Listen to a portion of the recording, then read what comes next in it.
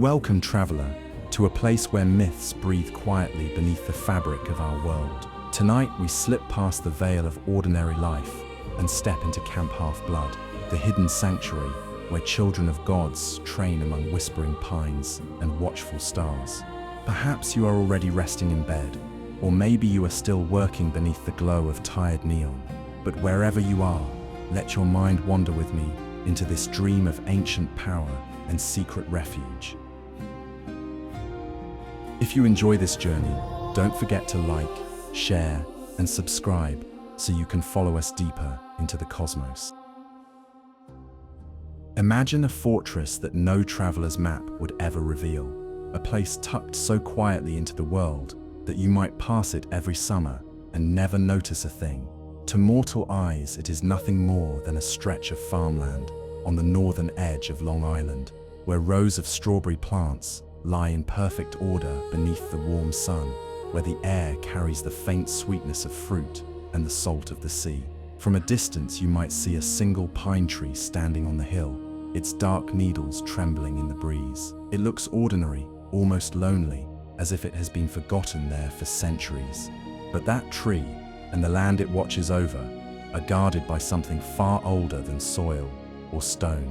Draped across the fields is the mist, a veil spun from divine magic, subtle and patient. The mist does not erase reality, it reshapes, it persuades mortal minds to see only what is safe, what is familiar. Where there is truly a gate, they see only a weathered fence. Where a wall of molten rock rises, they imagine harmless stone. In this way, the sanctuary survives, hidden in plain sight, waiting only for those whose blood carries a trace of the divine.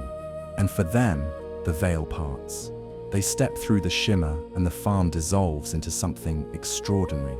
Cabins, etched with the symbols of gods, sparring rings alive, with the sound of swords clashing.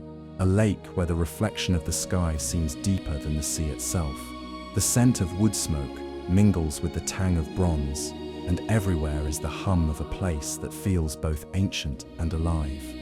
Think of it as a boarding school, though unlike any you have ever known. There are no lessons in mathematics or chemistry here. Instead, students study the language of heroes, loose arrows at distant targets, trade blows with bronze weapons, and climb walls that burn with fire. It is a school, yes, but also a fortress, a crucible, and above all, the last refuge where the children of gods can learn what they are meant to become. The hill, its dark needles trembling in the breeze. It looks ordinary, almost lonely, as if it has been forgotten there for centuries. But that tree and the land it watches over are guarded by something far older than soil or stone. Draped across the fields is the mist, a veil spun from divine magic, subtle and patient. The mist does not erase reality, it reshapes, it persuades mortal minds to see only what is safe, what is familiar. Where there is truly a gate, they see only a weathered fence. Where a wall of molten rock rises, they imagine harmless stone. In this way, the sanctuary survives, hidden in plain sight, waiting only for those whose blood carries a trace of the divine. And for them, the veil parts. They step through the shimmer and the farm dissolves into something extraordinary. Cabins, etched with the symbols of gods, sparring rings alive, with the sound of swords clashing. A lake where the reflection of the sky seems deeper than the sea itself. The scent of wood smoke mingles with the tang of bronze, and everywhere is the hum of a place that feels both ancient and alive. Think of it as a boarding school, though unlike any you have ever known. There are no lessons in mathematics or chemistry here. Instead, students study the language of heroes, loose arrows at distant targets, trade blows with bronze weapons, and climb walls that burn with fire.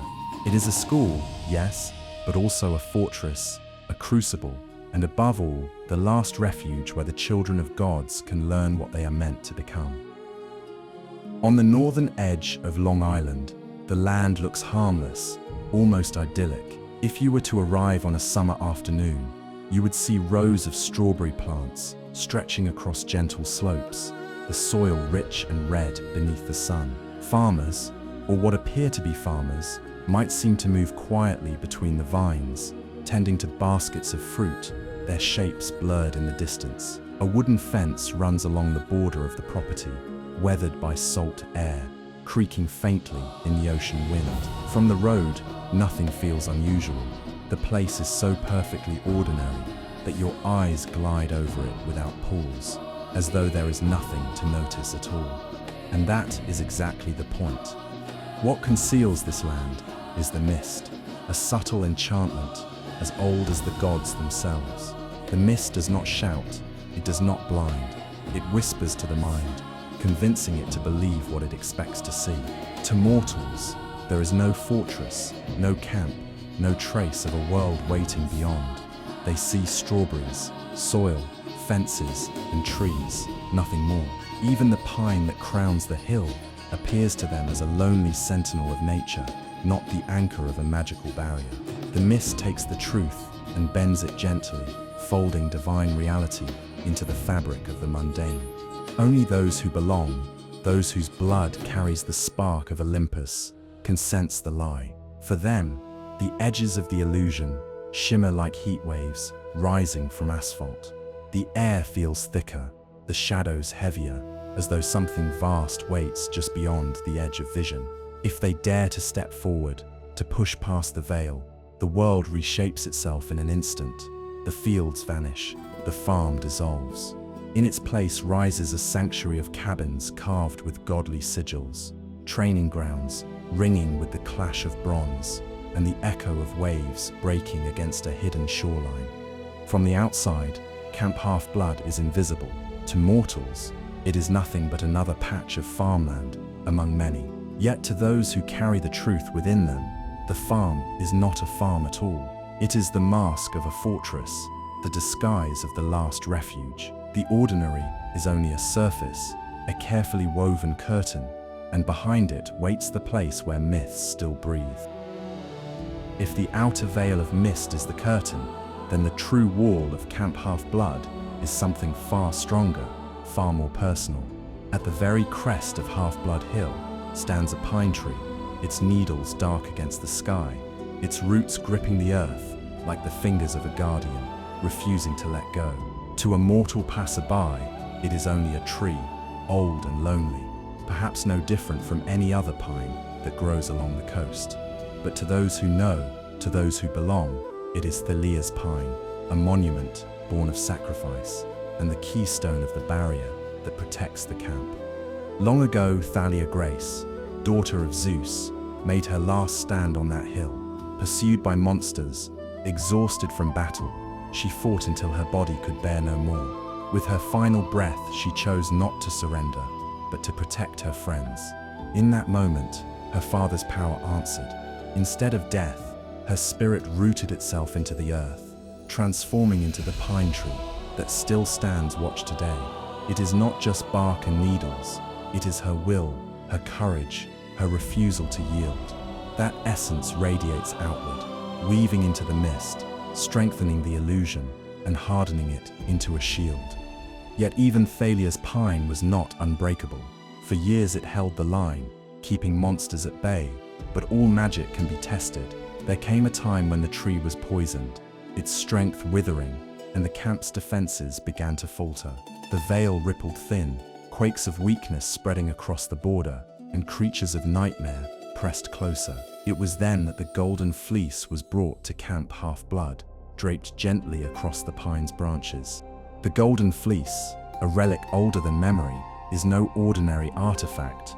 Woven with the threads of divine vitality, it carries the power to heal, to restore, to breathe new life into whatever it touches. When it was laid upon Thalia's pine, the effect was immediate. The poison ebbed, the tree straightened, and the air shimmered as though a great heartbeat pulsed through the land itself. The barrier surged with renewed strength, expanding outward like a dome of invisible glass. Monsters that once prowled at the edge recoiled, their howls scattering into the distance. The camp was no longer fragile, it had become impenetrable. Those who stand near the tree, often feel it, a thrum beneath their feet, a vibration in the air, as though the land itself is alive and aware of their presence. At night, when the stars scatter across the sky, the pine glimmers faintly, not with the sparkle of dew, but with something deeper, something eternal. And the fleece, golden threads draped against the green needles, radiates a quiet glow, steady and warm, like the breath of the gods themselves. The barrier it creates is invisible to mortal sight, yet undeniable to anyone who approaches with the wrong intent. Step too close with malice in your heart, and the air grows thick, heavy, pressing against you like water resisting a stone. To those within, however, it is simply safety, a breath easier, a sleep deeper, a knowledge that no monster can cross without first facing the will of Thalia and the power of the fleece. It is this union, sacrifice and salvation, mortality and divine relic, that keeps Camp Half-Blood alive. The mist is subtle, clever, a curtain to distract, but Thalia's pine and the golden fleece are the foundation, the shield no illusion can replace. Together, they form not just a barrier of magic, but a wall of memory and meaning, a reminder that every refuge is born of someone's courage, and every sanctuary must be defended by sacrifice. When campers climb the hill and lay their hands against the bark, they are not just touching a tree, they are touching the heartbeat of their history, the promise that here, within this boundary, they are safe. The world beyond may rage and roar, but within the shimmering circle of the barrier, there is a place to breathe, to rest, and to prepare. To the outside world, Camp Half-Blood is nothing but farmland, a pastoral picture brushed over with mist. But once you step through the veil, once the air shifts and the curtain falls away, the world reshapes itself with breathtaking suddenness. The farm dissolves, the fences vanish, and what stretches before you is not agriculture, but legend brought to life, a sanctuary carved out of myth. The first thing most notice is the big house, a stately blue building that sits like a heart at the camp's center. Its wide porch creaks under the weight of rocking chairs, and the scent of lemon and old parchment drifts from the open windows. Inside, strategies are whispered, prophecies are read, and wounded demigods find healing in its rooms. This is not just a headquarters, but a lighthouse, guiding the community through calm and storm alike. To walk up its steps is to feel as though you are approaching the hearth of the entire camp, a place where history and command converge. Surrounding the big house are the cabins, each a tribute to one of the Olympian gods. They stand in a wide horseshoe, forming both boundary and home. No two cabins are the same, for each mirrors the god it honors. The cabin of Zeus gleams with marble and bronze, its roofline edged with subtle lightning motifs that seem to crackle faintly on stormy nights. Poseidon's cabin smells of salt water, its stone walls flecked with seashells, its door carved with tridents and waves. Apollo's is bright, sun-warmed wood, with golden windows that glow even at dusk, while Artemis's cabin lies quiet and austere, a place reserved for her hunters when they visit. There are darker cabins too. Hades' cabin is shadowed and silent, its obsidian walls reflecting starlight like shards of night itself.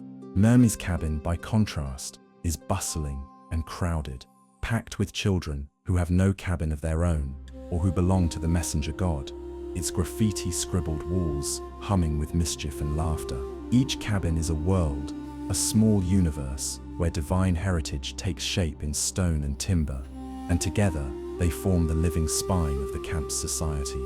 Beyond the cabins stretch the training grounds, where the clang of bronze swords and the twang of bowstrings fill the air. A wide arena opens onto sandy ground, scarred with footprints and the faint metallic scent of combat. Here, young demigods learn to wield the weapons that will one day save their lives. Some stumble and laugh, still awkward in their movements, while others move with fluid precision, blades flashing in the sun. Instructors shout corrections, shields splinter, arrows find their targets, and above it all is the thrum of discipline, of skill, sharpening skill, of children learning to become warriors. To one side stands the climbing wall, its surface flowing not with stone, but with molten fire, lava pours from cracks that should not exist, glowing rivers rolling down the face of the wall, hissing where they meet enchanted water that cools them instantly. Demigods cling to the rocks, their faces lit by the orange glare, their hands and feet searching desperately for purchase. The wall roars, shudders, spews smoke. To conquer it is to learn balance, courage, and trust in one's own strength. Past the training fields lies the lake, its waters dark and deep, reflecting sky and clouds with unnatural clarity. Here, children of Poseidon and Athena practice naval maneuvers, guiding triremes across the surface as if reenacting battles from millennia ago. The sound of oars dipping in unison, the creak of wood, the spray of water, all mingle into a rhythm that feels older than history. In calmer moments, campers swim or sit along the shore, Pegasi drinking at the water's edge, the air sharp with salt and freedom. And then there is the beach, where the sand glitters pale and cool beneath the moonlight. Campers gather here in the evenings, sparring against the backdrop of waves, or simply lying back to watch the stars. The horizon stretches endlessly, and for many, it is the first time they feel the true scope of the world, vast, perilous, but beautiful. The beach is both a training ground and a reminder of destiny, because every hero's journey must eventually leave the shore. Yet amid the clash and thunder, the camp breathes with quieter rhythms too.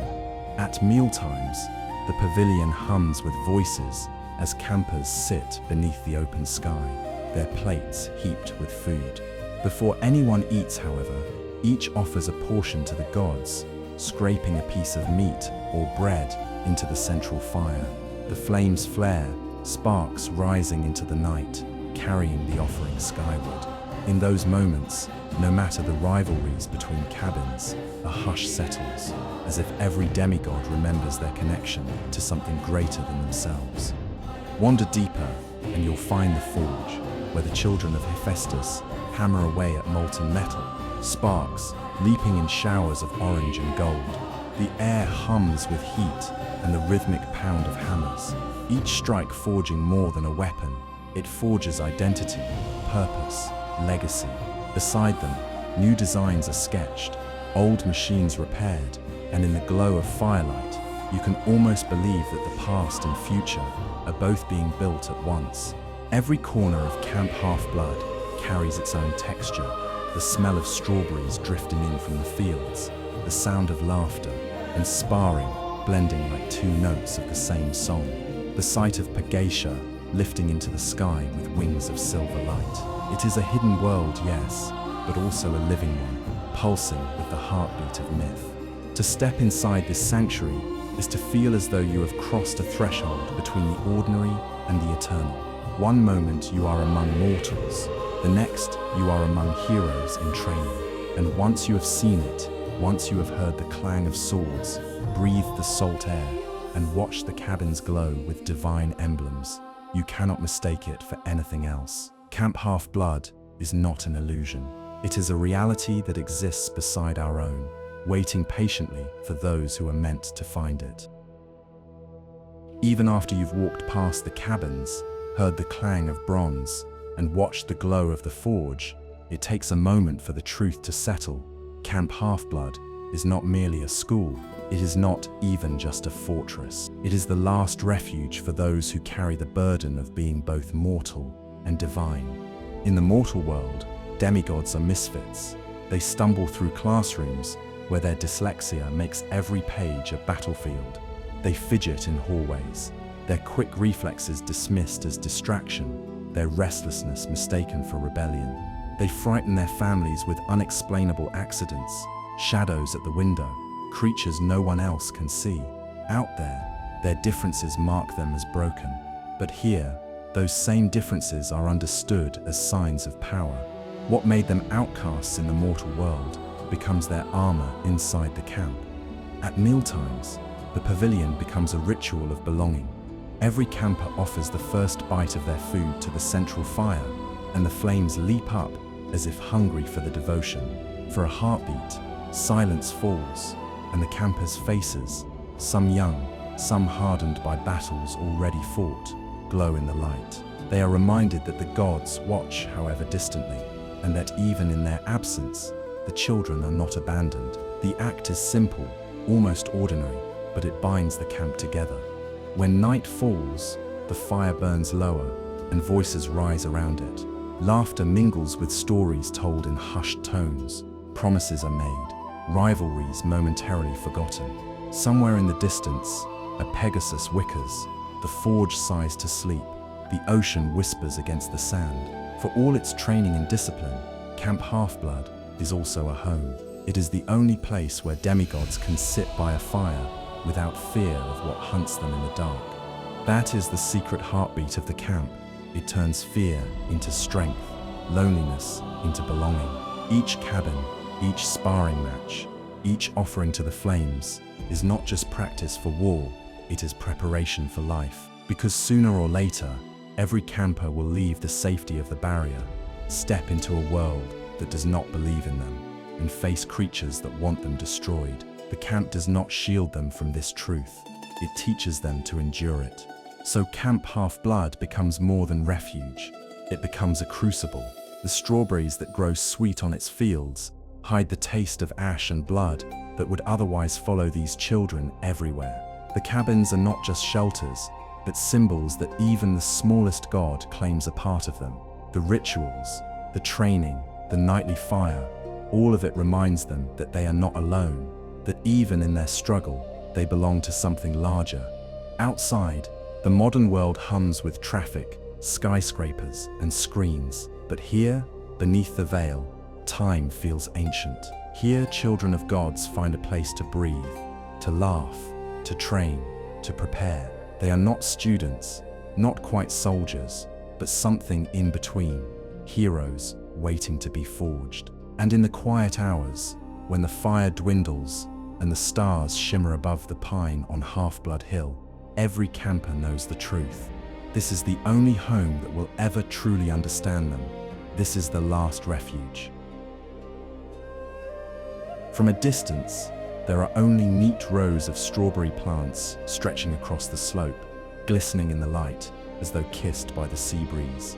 The ground is red and rich beneath the summer sun, and the air is filled with the sweetness of ripening fruit. To the left, a weathered fence leans gently, its boards creaking softly in the wind. On the crest of the hill stands a solitary pine tree, its needles sighing with every passing gust, a silent sentinel overlooking the coast. It is an image so ordinary, so familiar, that the mortal eye never lingers long upon it. And that is the secret. The mist clings to this place like a living veil, bending the truth with subtle hands. To the mortal gaze, there is nothing to see beyond the farm, no gate, no fortification, no sanctuary. The human mind accepts the illusion without question, content to move along, never knowing what it has missed. The mist does not erase reality, it simply softens its edges, persuading the world to look away. The pine tree is seen only as a tree, lonely and unremarkable, never as the marker of a boundary pulsing with ancient power. But for those who belong, the surface falters. The air near the hill shimmers like heat waves, rising from asphalt, and the sweetness of strawberries gives way to something sharper, the scent of salt, of bronze, of fire and storm. The shadows stretch differently here, falling too long, bending at angles that suggest another world waits just beyond the curtain. If you dare to step forward, if you dare to push through, the farm peels away like a mirage. The moment is subtle, and yet unforgettable. The fence vanishes, the neat rows of strawberries dissolve, and the lone pine on the hill glows faintly, as though awakening. What unfolds is not farmland, but a fortress disguised in daylight, cabins carved with divine emblems, sparring rings alive with motion, and a lake where the surface reflects not just sky, but something far deeper. The transition is seamless, but the realization profound. You have crossed a threshold, and nothing will ever look quite the same again. It is here, at this hidden gate, that Camp Half-Blood reveals itself. If the pine on Half-Blood Hill stands as the sentinel, then the mist is the shroud it guards. It is not a wall of stone, nor a fortress of steel, but something far subtler, an enchantment woven into the very fabric of perception. To mortals, it is simply a trick of the air, a shimmer that never quite resolves, a feeling quickly forgotten the moment they blink. To those who live outside the realm of gods and monsters, the mist is merciful. It spares them from truths their minds could not endure. The mist does not blind the eyes, so much as it shapes the thoughts behind them. A mortal who gazes upon the camp sees only what they expect to see. A farmer bending over his crop, not a satyr sharpening his spear. A storage shed leaning against the hill, not the gate to a pavilion where offerings rise into holy fire. The mist whispers, "This is ordinary, this is harmless, keep moving," and so they do, never pausing, never asking. But for those who belong, the mist is not a disguise, but a doorway. Stand too close, and the edges begin to ripple. The air wavers like heat above asphalt, and in that distortion, truth leaks through. A shimmer of bronze, the scent of smoke, the echo of swords clashing, all of it emerges through the haze, beckoning the demigod closer. For them, the mist is not deception, but invitation, daring them to cross the line and step into the reality waiting beyond. Yet the mist is not infallible. Monsters, born of chaos and memory, see through it more easily than mortals. To them, the veil is fragile, a thin screen that can be pierced by hunger or vengeance. The mist confuses, delays, misdirects, but it cannot always hold forever. That is why the pine on the hill matters. That is why the golden fleece would one day be needed. For while the mist is clever, it is not strong. It protects the mind, but not the body. Even so, there is something strangely comforting about its presence. To walk along the border and feel it brush against your skin is to sense both concealment and protection. It hums faintly in the air, like the aftertaste of lightning, like the edge of a dream you can almost remember. Within its folds, Camp Half-Blood breathes, safe for another day. Outside, the world continues unknowing, never realizing that just beyond the strawberries lies a sanctuary where myth has not yet died.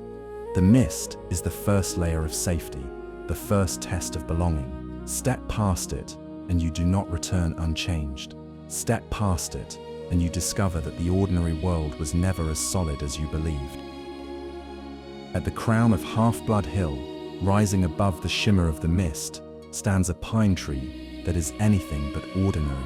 To a casual glance, it is simply a sentinel of green, needles bristling against the sky, roots dug deep into the earth. But for those who know, it is Thalia's pine, the living monument to sacrifice, and the heart of the camp's defenses.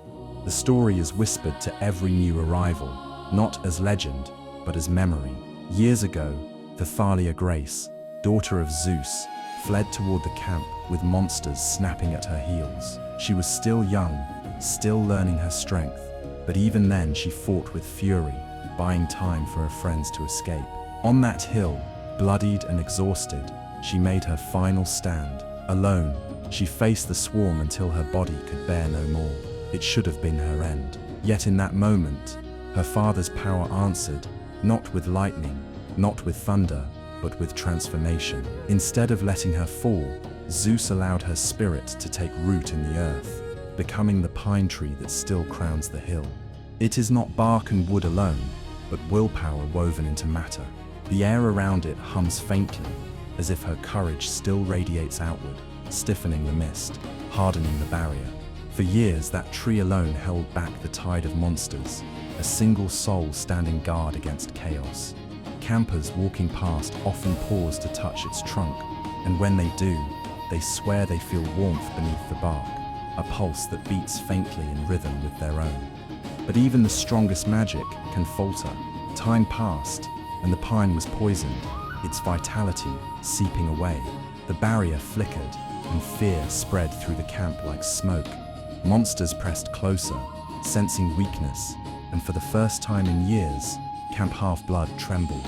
Hope, however, came from another relic, the golden fleece. Woven from threads of divine vitality, it had once healed lands blighted by curses, restored life to the dying, and calmed seas torn by storms. When the fleece was laid upon Thalia's pine, the transformation was immediate. The needles brightened, glowing with a green so vivid it seemed to drink light from the air. The trunk straightened, bark tightening as though shrugging off decay. The barrier surged outward in a ripple, shimmering like glass in sunlight, strong once more. Monsters that had dared creep near scattered into the shadows, repelled by a force older than their malice. The camp breathed again, secure beneath a dome of invisible strength. To stand before the tree now is to feel both stories at once: the memory of a girl who gave her life to save her friends, and the ancient blessing of a relic that healed her sacrifice into permanence.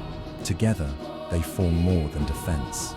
They are promise. Promise that Camp Half-Blood endures, not because of walls, but because of courage and the willingness to give everything for others. When night falls, the pine glimmers faintly, and the fleece draped across its branches glows with soft, golden fire. From afar, it looks like nothing more than a tree crowned with sunlight. Up close, it feels like the heartbeat of the camp itself, steady, unwavering, eternal. Step farther into the camp, and your eyes are immediately drawn to the big house, its pale blue walls standing out against the green fields, like a quiet sentinel. It is both simple and stately, with wide porches lined by rocking chairs, the kind that creak gently as the breeze moves through. At first glance, it looks almost like a farmhouse, an echo of the strawberries still visible beyond the boundary. But those who enter know it as the true center of the camp, the place where decisions are made, wounds are treated, and history itself seems to wait in the corners of its rooms. Inside, the air smells faintly of parchment and lemon oil. Maps spread across tables show not just coastlines and cities, but shifting lines of divine influence, reminders that this is not merely a summer retreat, but a war council in disguise. In one room lies the oracle, ancient and unsettling, whispering prophecies that shape the futures of campers who dare to ask. In another, stretchers line the walls, where healers tend to bruises, burns, and broken bones, injuries earned not from games, but from monsters and quests that lurk just beyond the barrier. And somewhere, almost always, Chiron waits, patient, watchful, the embodiment of continuity. To step into the big house is to step into the pulse of leadership and legacy. Radiating outward from the big house in a wide semicircle are the cabins, each a testament to a god of Olympus. They are not uniform barracks, but unique monuments, each reflecting the divine parent it represents. Zeus's cabin gleams with polished marble and bronze, austere and commanding.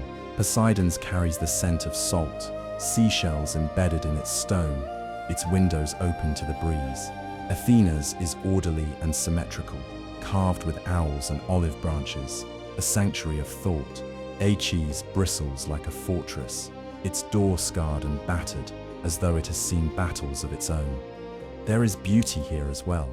Apollo's cabin seems to glow from within, bright even when the sun sets, while Demeter's is draped with vines and flowers that bloom regardless of season. Hephaestus' cabin hums with heat, its windows glowing faintly orange from the forges within. Artemis's cabin is cold and pristine, a place reserved only for her hunters when they arrive. And at the shadowed edge stands Hades' cabin, its obsidian walls gleaming like polished night, silent and still. Perhaps the most unusual of all is Hermes' cabin, always crowded, always noisy. It is the home for those whose parentage remains unclaimed, children who wander in unsure of their place. Graffiti marks its walls, bunks are crammed together, laughter and quarrels spill into the night. For many, it is the first taste of family after years of solitude, messy and chaotic, but alive. The cabins are more than structures.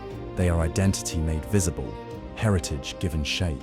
A child may arrive at camp confused, unwanted by the mortal world, but the cabin they are placed in reminds them, you belong to someone, you are not alone.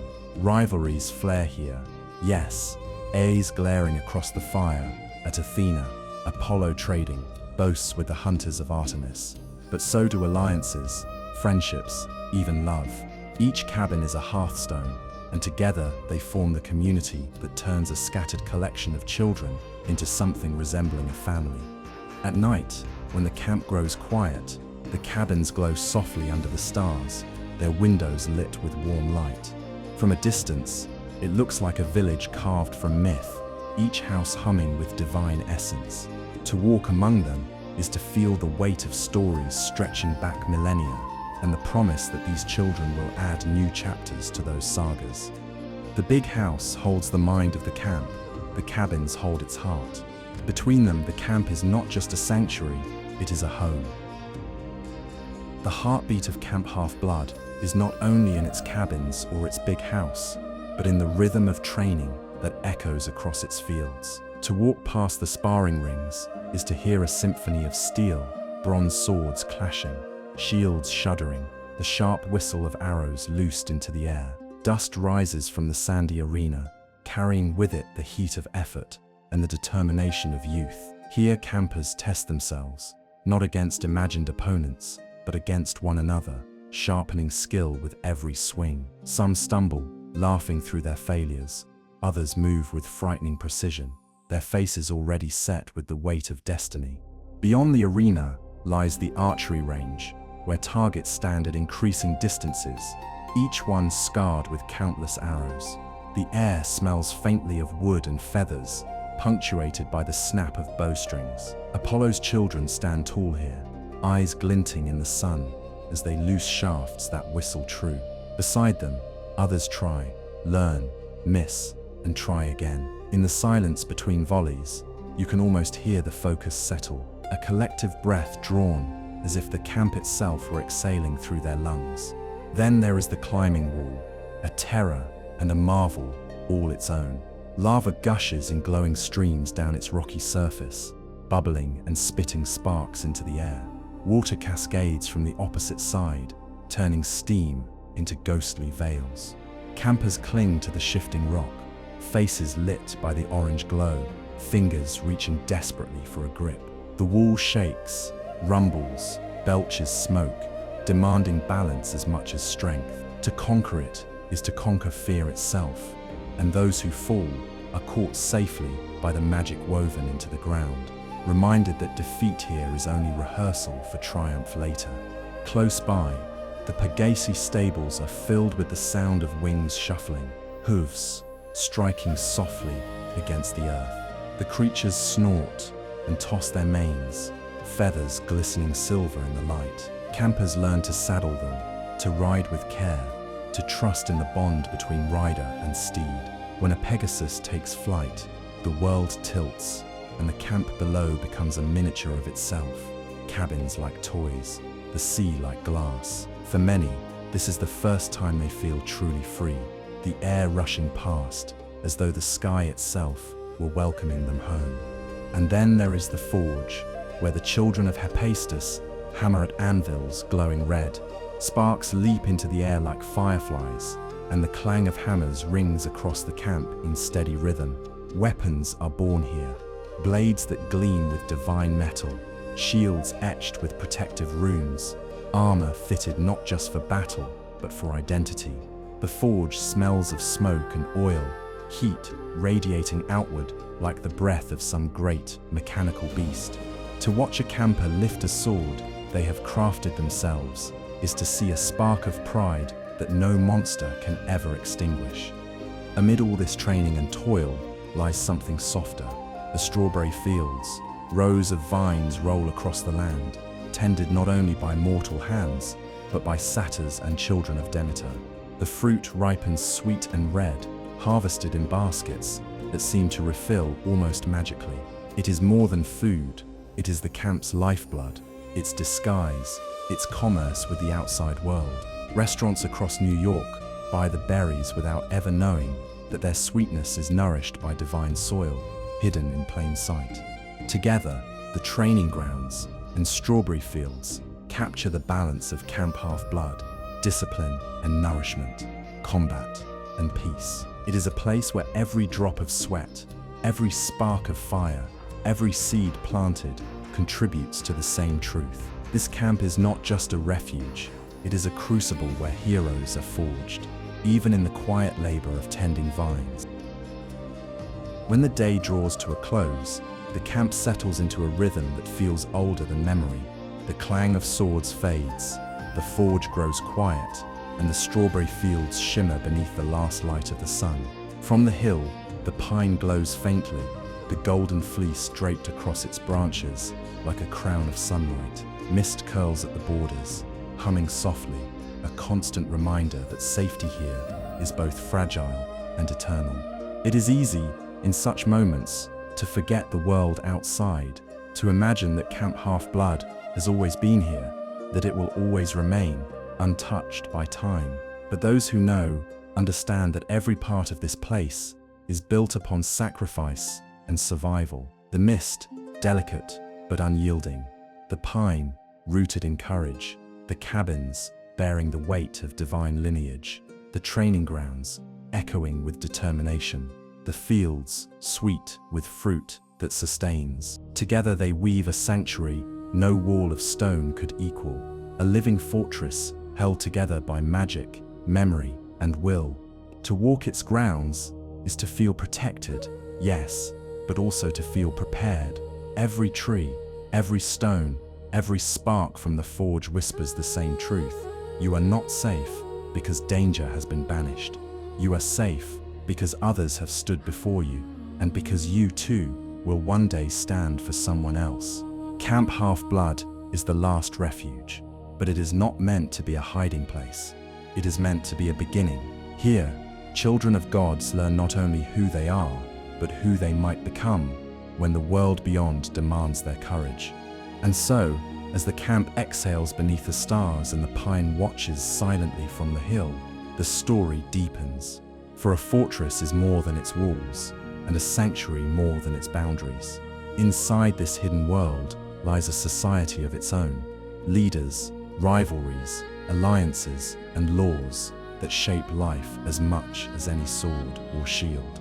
It is time to step across the threshold into the heart of that society. Step beyond the borders of the camp, past the pine and the shimmer of the mist, and you find yourself not only in a fortress, but in a world with its own order. The first sign of it is the dining pavilion, open to the air, columns rising toward the sky, as though it were a temple. Here, campers gather 3 times a day, each cabin seated at its own table, banners fluttering faintly in the breeze. Laughter rises and falls like waves, silver cups clink against bronze plates, and above it all burns the eternal flame, where offerings are given to the gods. The pavilion is more than a place to eat.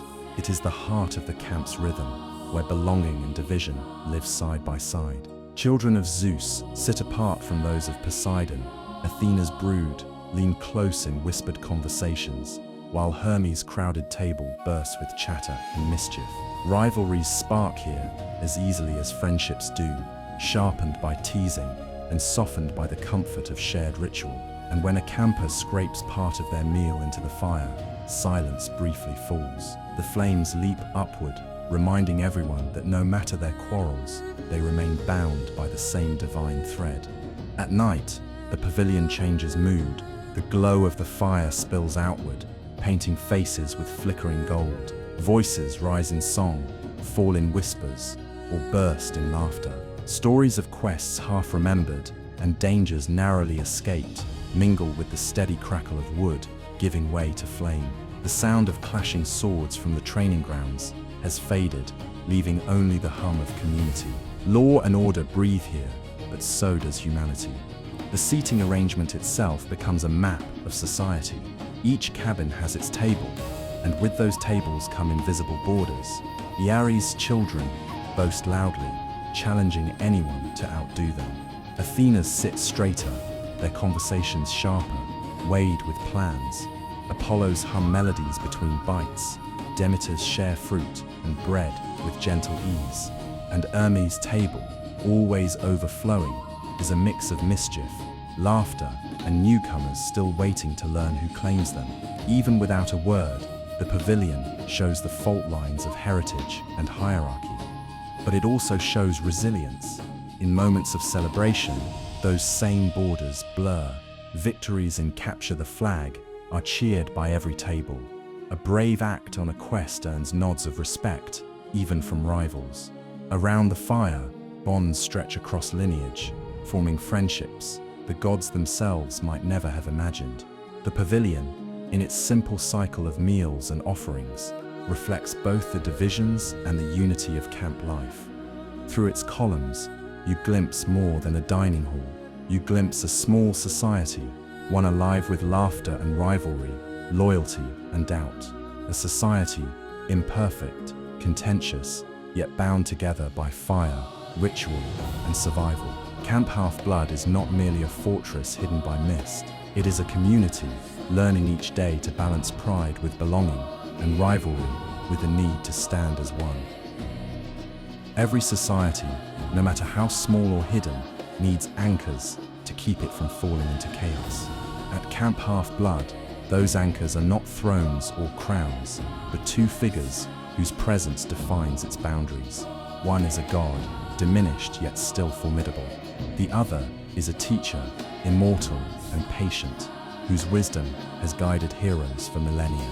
Together, they form the unlikely balance of leadership that holds the camp together. On the porch of the big house sits Dionysus, though the campers call him Mr. D. To outsiders, he looks indifferent, shuffling cards with a drink in hand, his posture careless. His sharp tongue and sour humor make him more feared than loved. A camper who irritates him may find themselves rooted to the ground as a shrub, laughter and fear mingling around them. Even stripped of much of his power, he is still divine. The barrier hums stronger beneath his gaze. Monsters hesitate to cross when he stirs. He may be reluctant, but he is a wall of godhood, and walls are not meant to be kind, they are meant to hold. Beside him stands Chiron, the immortal centaur. His presence is steady, his patience endless, his very name stitched through history. Achilles, Heracles, Perseus, he trained them all. Now he guides children no less vulnerable, though their names are not yet legend. To the campers, he is mentor and healer, the first steady hand they have known in a world that misunderstood them. Chiron teaches not only swordplay but dignity, how to wield strength without being consumed by it. His authority comes not from fear, but from memory and trust. For many, he is more than teacher, he is family. Together, this unlikely pair, Mr. D, the reluctant director, and Chiron, the patient mentor, form the axis of leadership. Around this axis turns the cabin system, the framework of camp society. The cabins are more than dormitories. They are symbols, declarations, and sometimes burdens. To be placed in a cabin is to be recognized by a divine parent, but with that recognition comes expectation. Children of Zeus are expected to lead. Those of Athena are assumed to be strategists. Ares' brood must prove their ferocity. Apollos are praised for talent, Demeter's for harmony with the earth. Poseidon's children carry a legacy as heavy as the sea itself. These labels shape campers from the moment they cross a threshold. For some, the cabin is a gift, a place of pride and identity.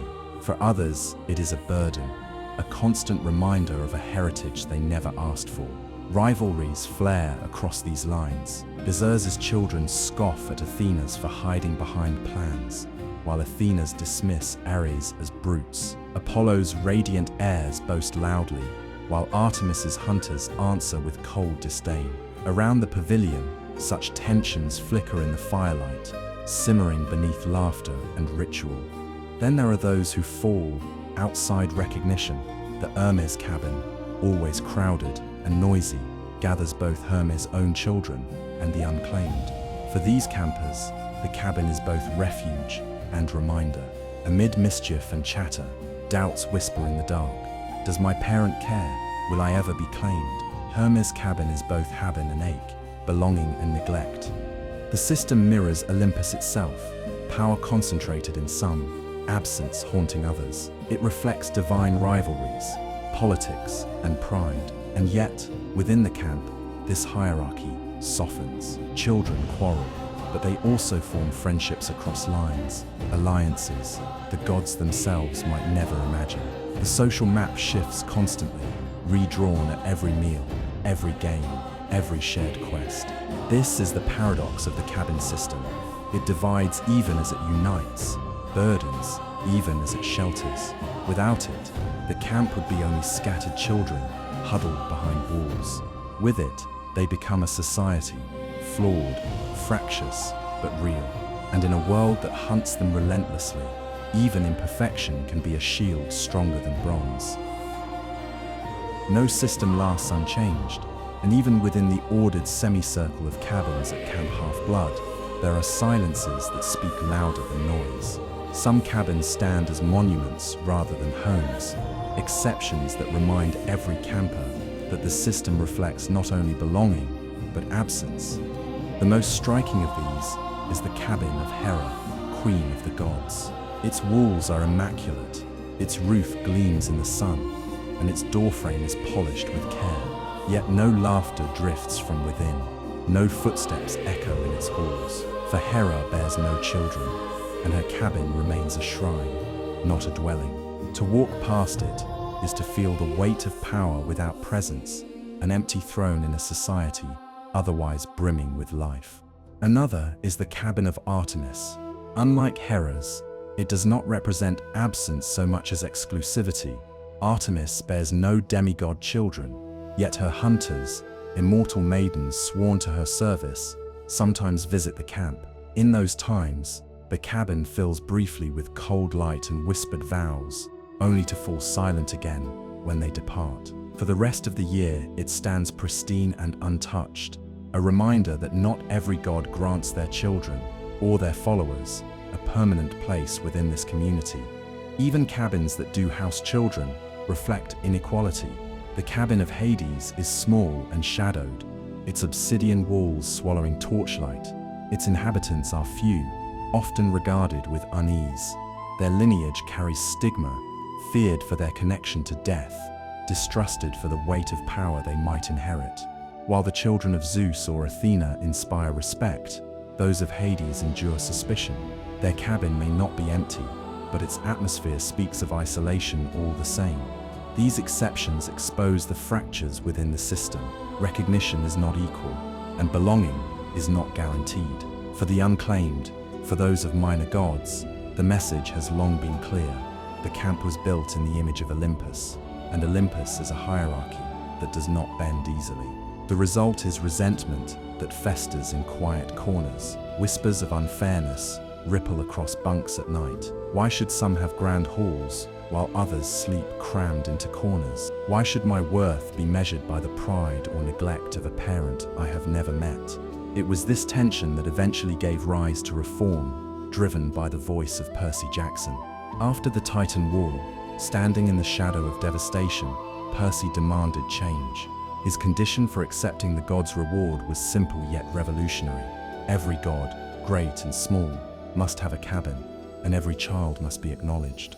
No longer would Hermes' cabin bear the burden of the unclaimed alone. No longer would the children of minor deities live and die in anonymity. And so the circle of cabins began to expand. New structures rose from the earth, crafted not for the Olympian 12, but for the countless lesser gods who had been ignored for centuries. Cabins appeared for gods of rivers and streams, of winds and dawns, of hearths and harvests overlooked. They were simpler, perhaps, but they stood as recognition, carved into wood and stone for all to see. Each new cabin was a promise that no child would be invisible, that the camp would not merely mirror Olympus, but strive to become better than it. The reforms did not erase rivalry or hierarchy overnight. Old habits linger, and the pride of the Olympians still echoes in their children. Yet something changed in the heart of the camp.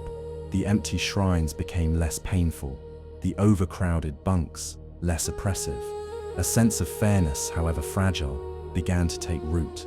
For the first time, the camp reflected not only the gods as they are, but the community these children needed.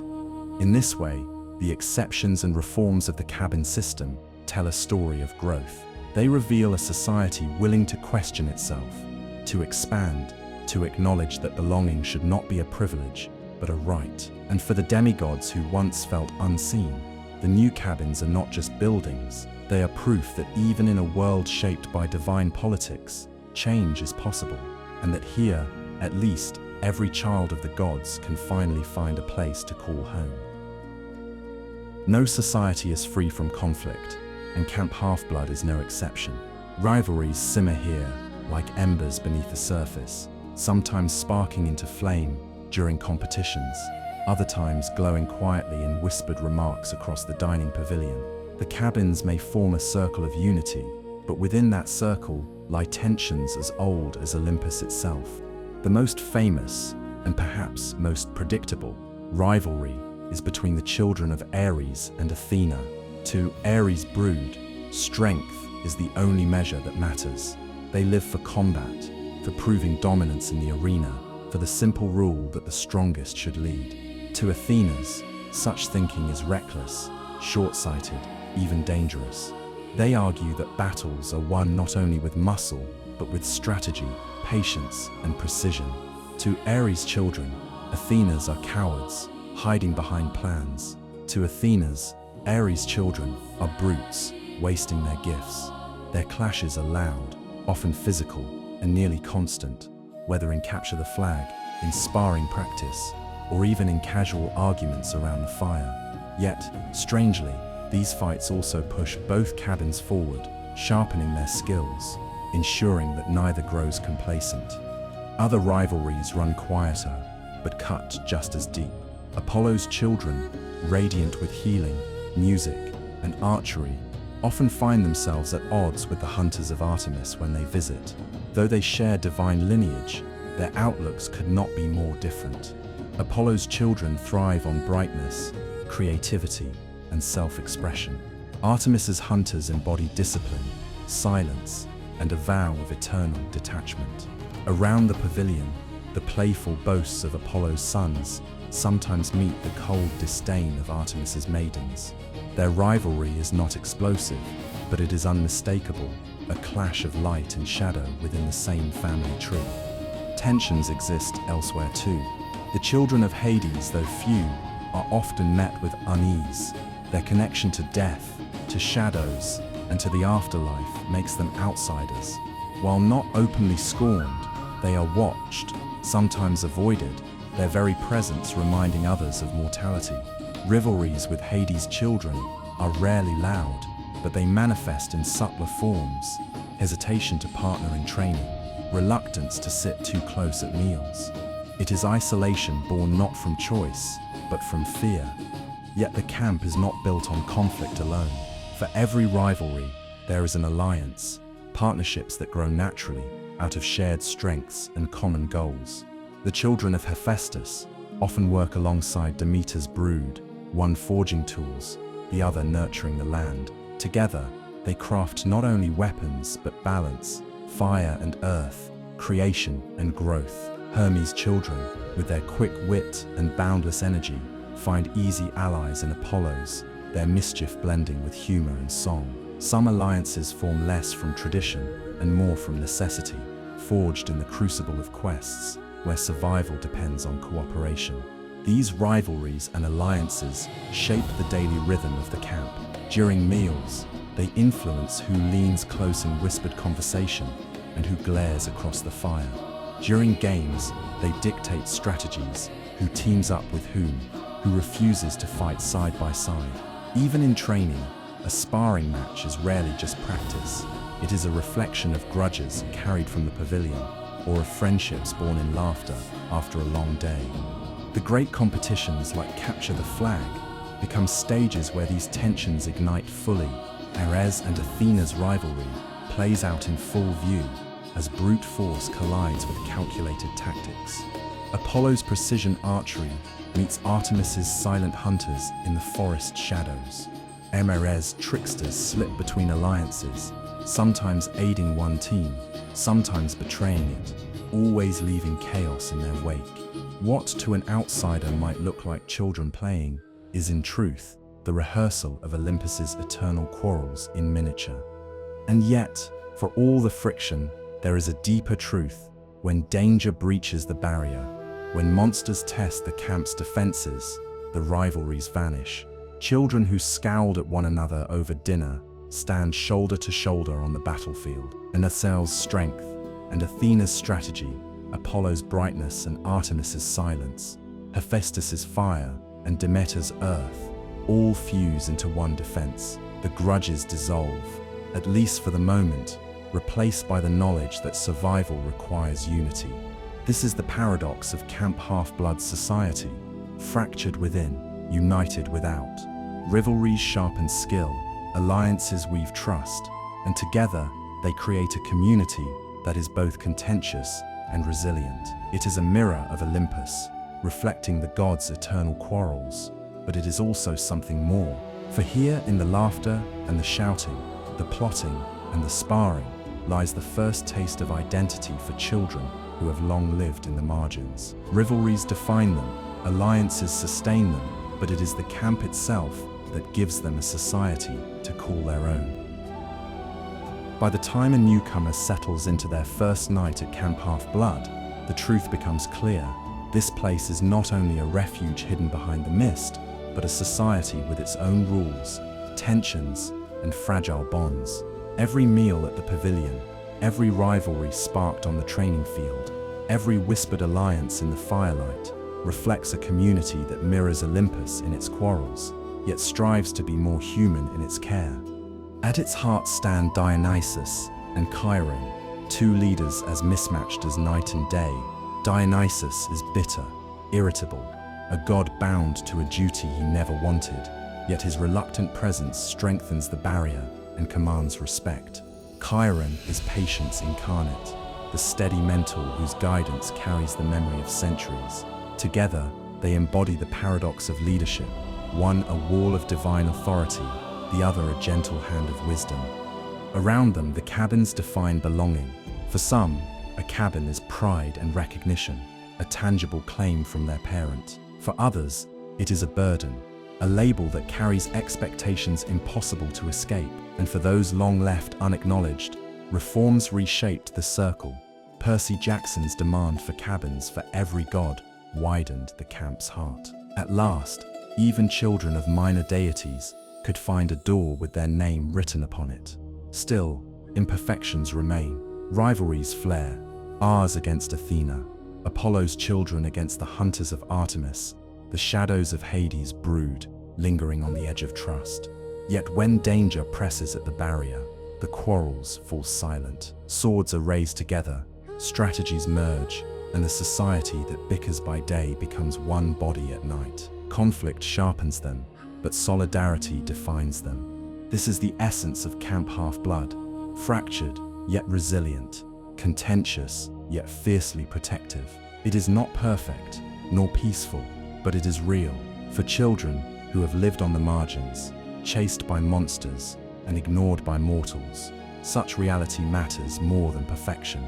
And beyond politics and rivalry lies the rhythm of everyday life, the drills at dawn, the offerings at meals, the endless practice that turns fear into strength. If society gives them identity, it is in daily routine that identity is tested, shaped, and made lasting. From this small society, we now step into its heartbeat, the discipline, rituals, and training that sustain it. The sun rises over Long Island Sound, and with it, the hidden world of Camp Half-Blood stirs awake. From outside the barrier, it still looks like a quiet farm, but within, the air already vibrates with energy.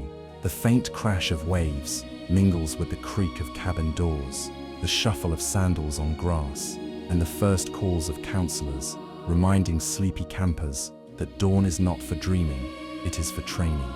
A bugle sounds across the grounds, sharp enough to cut through the mist. From every cabin, children emerge. Hermes brood in noisy packs, already joking. Athena's neat and composed, their eyes bright with focus. Ares eager and loud, shields clashing in anticipation. Even the quieter cabins stir, their steps slower but purposeful. Soon the camp is alive, each cabin carrying its own rhythm into the day. The first gathering is always at the dining pavilion. Columns rise toward the sky like a temple, and the air fills with chatter. banners stirring in the breeze. Before anyone eats, each camper offers part of their meal to the central fire, the flames leaping as if hungry for devotion. The act is brief, but it binds them together. Whatever rivalries burn between cabins, in that silence they are all simply children, reaching toward gods who may or may not be listening. After breakfast, discipline begins. From the arena comes the clash of bronze on bronze, sparring partners circling with sweat and determination. At the archery range, arrows hum through the air. The climbing wall roars with lava and steam, campers laughing or cursing as they scramble up its shifting face. Across the lake, oars dip in unison as tree rings cut the surface, while above, Pegasi wings beat silver against the sunlight. Even the quieter corners hum with purpose. Athena's children bent over maps, Apollo's tending herbs or tuning lyres, Hephaestus's cabins glowing with forge light. Every sound, from hammer strike to battle cry, adds to the pulse of the camp. Rules shape the day, inspections in the morning, curfews at night, training marked by horns and bells. But within those boundaries, life is far from rigid. Friendships blossom across rivalries, pranks break the monotony of chores, challenges erupt at mealtimes. The camp is messy, noisy, alive, yet it is this very rhythm that steadies the children. To mortals, such days might look exhausting. To the demigods, they are a gift. In the outside world, they are hunted, misunderstood, adrift. Here, every clang of a sword, every offering of bread to the fire, every breathless climb up the lava wall is a reminder that they belong, that their struggles are shared, that each sunrise is another chance to grow stronger together. This is the heartbeat of Camp Half-Blood, not only the battles fought beyond its borders, but the smaller victories of daily life. And in that rhythm, demanding, imperfect, but constant, the children of the gods find the beginnings of who they are meant to be. Life at Camp Half-Blood is ruled not only by training and instinct, but by a steady schedule that gives shape to every day. For children who once lived between two worlds, too unusual for mortals, too fragile for gods, this rhythm becomes both discipline and comfort. It is the thread that turns chaos into belonging. Morning begins with inspection. Cabin counselors pace the rows of bunks, sharp-eyed, checking for order. Beds must be made, armor polished, weapons cleaned. For Hermes' overflowing cabin, this is chaos incarnate. Blankets tossed, boots missing, shields left in corners. Athena's, by contrast, gleam with precision. Every bed tucked tight, every scroll aligned. The inspections are not only about neatness, they are lessons in accountability, a reminder that in battle, even small details matter. Campers groan, argue, or laugh through the ordeal, but everyone knows that order at dawn sets the tone for the day. Classes follow, each one tailored, not to algebra or history, but to the strange inheritance of the demigod. In one shaded clearing, children of Athena lecture peers on ancient Greek, their voices carrying the cadence of lost languages. In another, satyrs lead lessons on mythology, weaving mortal tales with truths whispered only among the divine. Some study celestial bronze, learning how to recognize and wield the rare metal that cuts monsters. Others memorize constellations, not for poetry, but because the stars can guide quests as surely as maps. For the first time in their lives, many campers feel that what they are learning matters, not for grades, but for survival. By midday, the air is filled with the smell of food, and the dining pavilion calls them back together. Once again, the ritual of offering plays out. Bread, meat, or fruit scraped into the fire, prayers sent upward in smoke. It is a moment of stillness, a thread tying each camper to the unseen gods who shaped them. Some whisper their offerings with hope, others with bitterness, but all participate. The pavilion reminds them that whatever divisions burn between cabins, they share the same lineage, the same tenuous bond to Olympus. Afternoons belong to training. The clang of swords fills the arena, sand scattering beneath quick feet. At the archery range, arrows whistle through the air in rhythmic volleys. The climbing wall erupts in roars of lava, steam rising as campers cling desperately to its shifting face. Even chores are woven into training. Demeter's children tend the strawberry fields with precision. Hephaestus's hammer steel in the forges. Hermes run errands that test their speed and cunning. These tasks, mundane on the surface, sharpen the instincts that may one day save lives. As the sun dips lower, evening rituals begin. The dining pavilion hums once more with laughter, rivalry, and offerings. Stories of the day's victories and defeats ripple across the tables. Theseus' children boast of sparring wins, while Athena's dissect strategies with merciless detail. Apollo's strum lyres beneath the stars, songs mingling with the smell of roasted food and wood smoke. Each night ends with the same firelight, the same voices rising together, sometimes in harmony, sometimes in heated debate, but always as a community. Finally, curfew falls. The camp grows quieter, the fire burns lower, and counselors enforce silence across the grounds. The cabins dim, some filled with snores, others with whispered confidences between friends. Outside, the pine on Half-Blood Hill glimmers faintly, the golden fleece radiating its protective strength. The world beyond the mist presses close, but within, there is peace. For one more night, the camp holds. This daily rhythm is more than structure. It is a shield of its own. For children who grew up misunderstood, the repetition of rituals, inspections, offerings, curfews, creates a sense of stability they never knew. It teaches discipline, but it also whispers belonging. In the order of each day, they learn not only how to fight, but how to live. If the daily schedule gives the camp its rhythm, then combat training provides its fire. Every afternoon, the grounds ring with the clang of bronze on bronze, the hiss of arrows, and the cries of effort from young voices, learning to carry the weight of battle. For the demigods, these drills are more than games. They are rehearsals for the world beyond the barrier, where monsters wait with patient hunger. The arena is the most familiar battlefield. Sand shifts underfoot as sparring partners circle, shields raised, eyes locked. Some move with the raw ferocity of Ares' bloodline, striking fast and hard. Others, children of Athena, wait for openings, their strategies unfolding with calm precision. To watch them is to see philosophy and strength collide, every duel a lesson in balance. Instructors call corrections from the sidelines, reminding them that the smallest mistake could be fatal. The fights end with laughter or bruises, but each swing of a sword builds instincts that may one day save a life. Beyond the arena lies the archery range, where rows of targets stand scarred with centuries of arrows.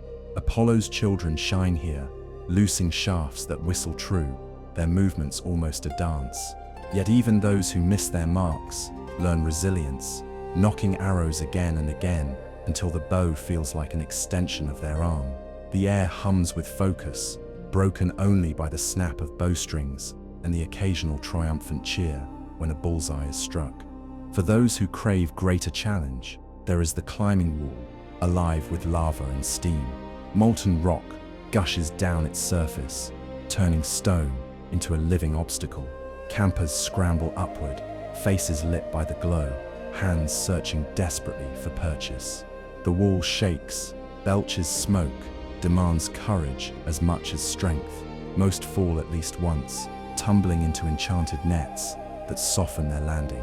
But each attempt teaches more than physical skill. It teaches persistence, the kind that refuses to surrender even when the ground seems safer than the climb. The lake offers its own trials. Triremes cut across the surface, their oars dipping in unison as children of Poseidon command the rhythm of water. Others practice underwater maneuvers, learning to fight in an element that swallows sound and movement alike. Pegasus skim the waves, hooves sparking spray as riders balance between air and sea. Here, survival means adapting, finding strength not only on land but in every element the gods have touched. Combat training is not only about weapons or tactics, it is also about instincts. Demigods are taught to listen to the whisper of danger, to trust the strange reflexes that mortals call distraction or disorder. What once made them outcasts in classrooms, restlessness, quick tempers, scattered attention, becomes their edge in battle. Chiron reminds them often what the mortal world calls flaws are simply skills awaiting the right battlefield. Survival training extends beyond combat into the small details that mean life or death on quests. Campers learn how to set traps, how to navigate forests under starlight, how to recognize the scent of monsters before claws or teeth appear.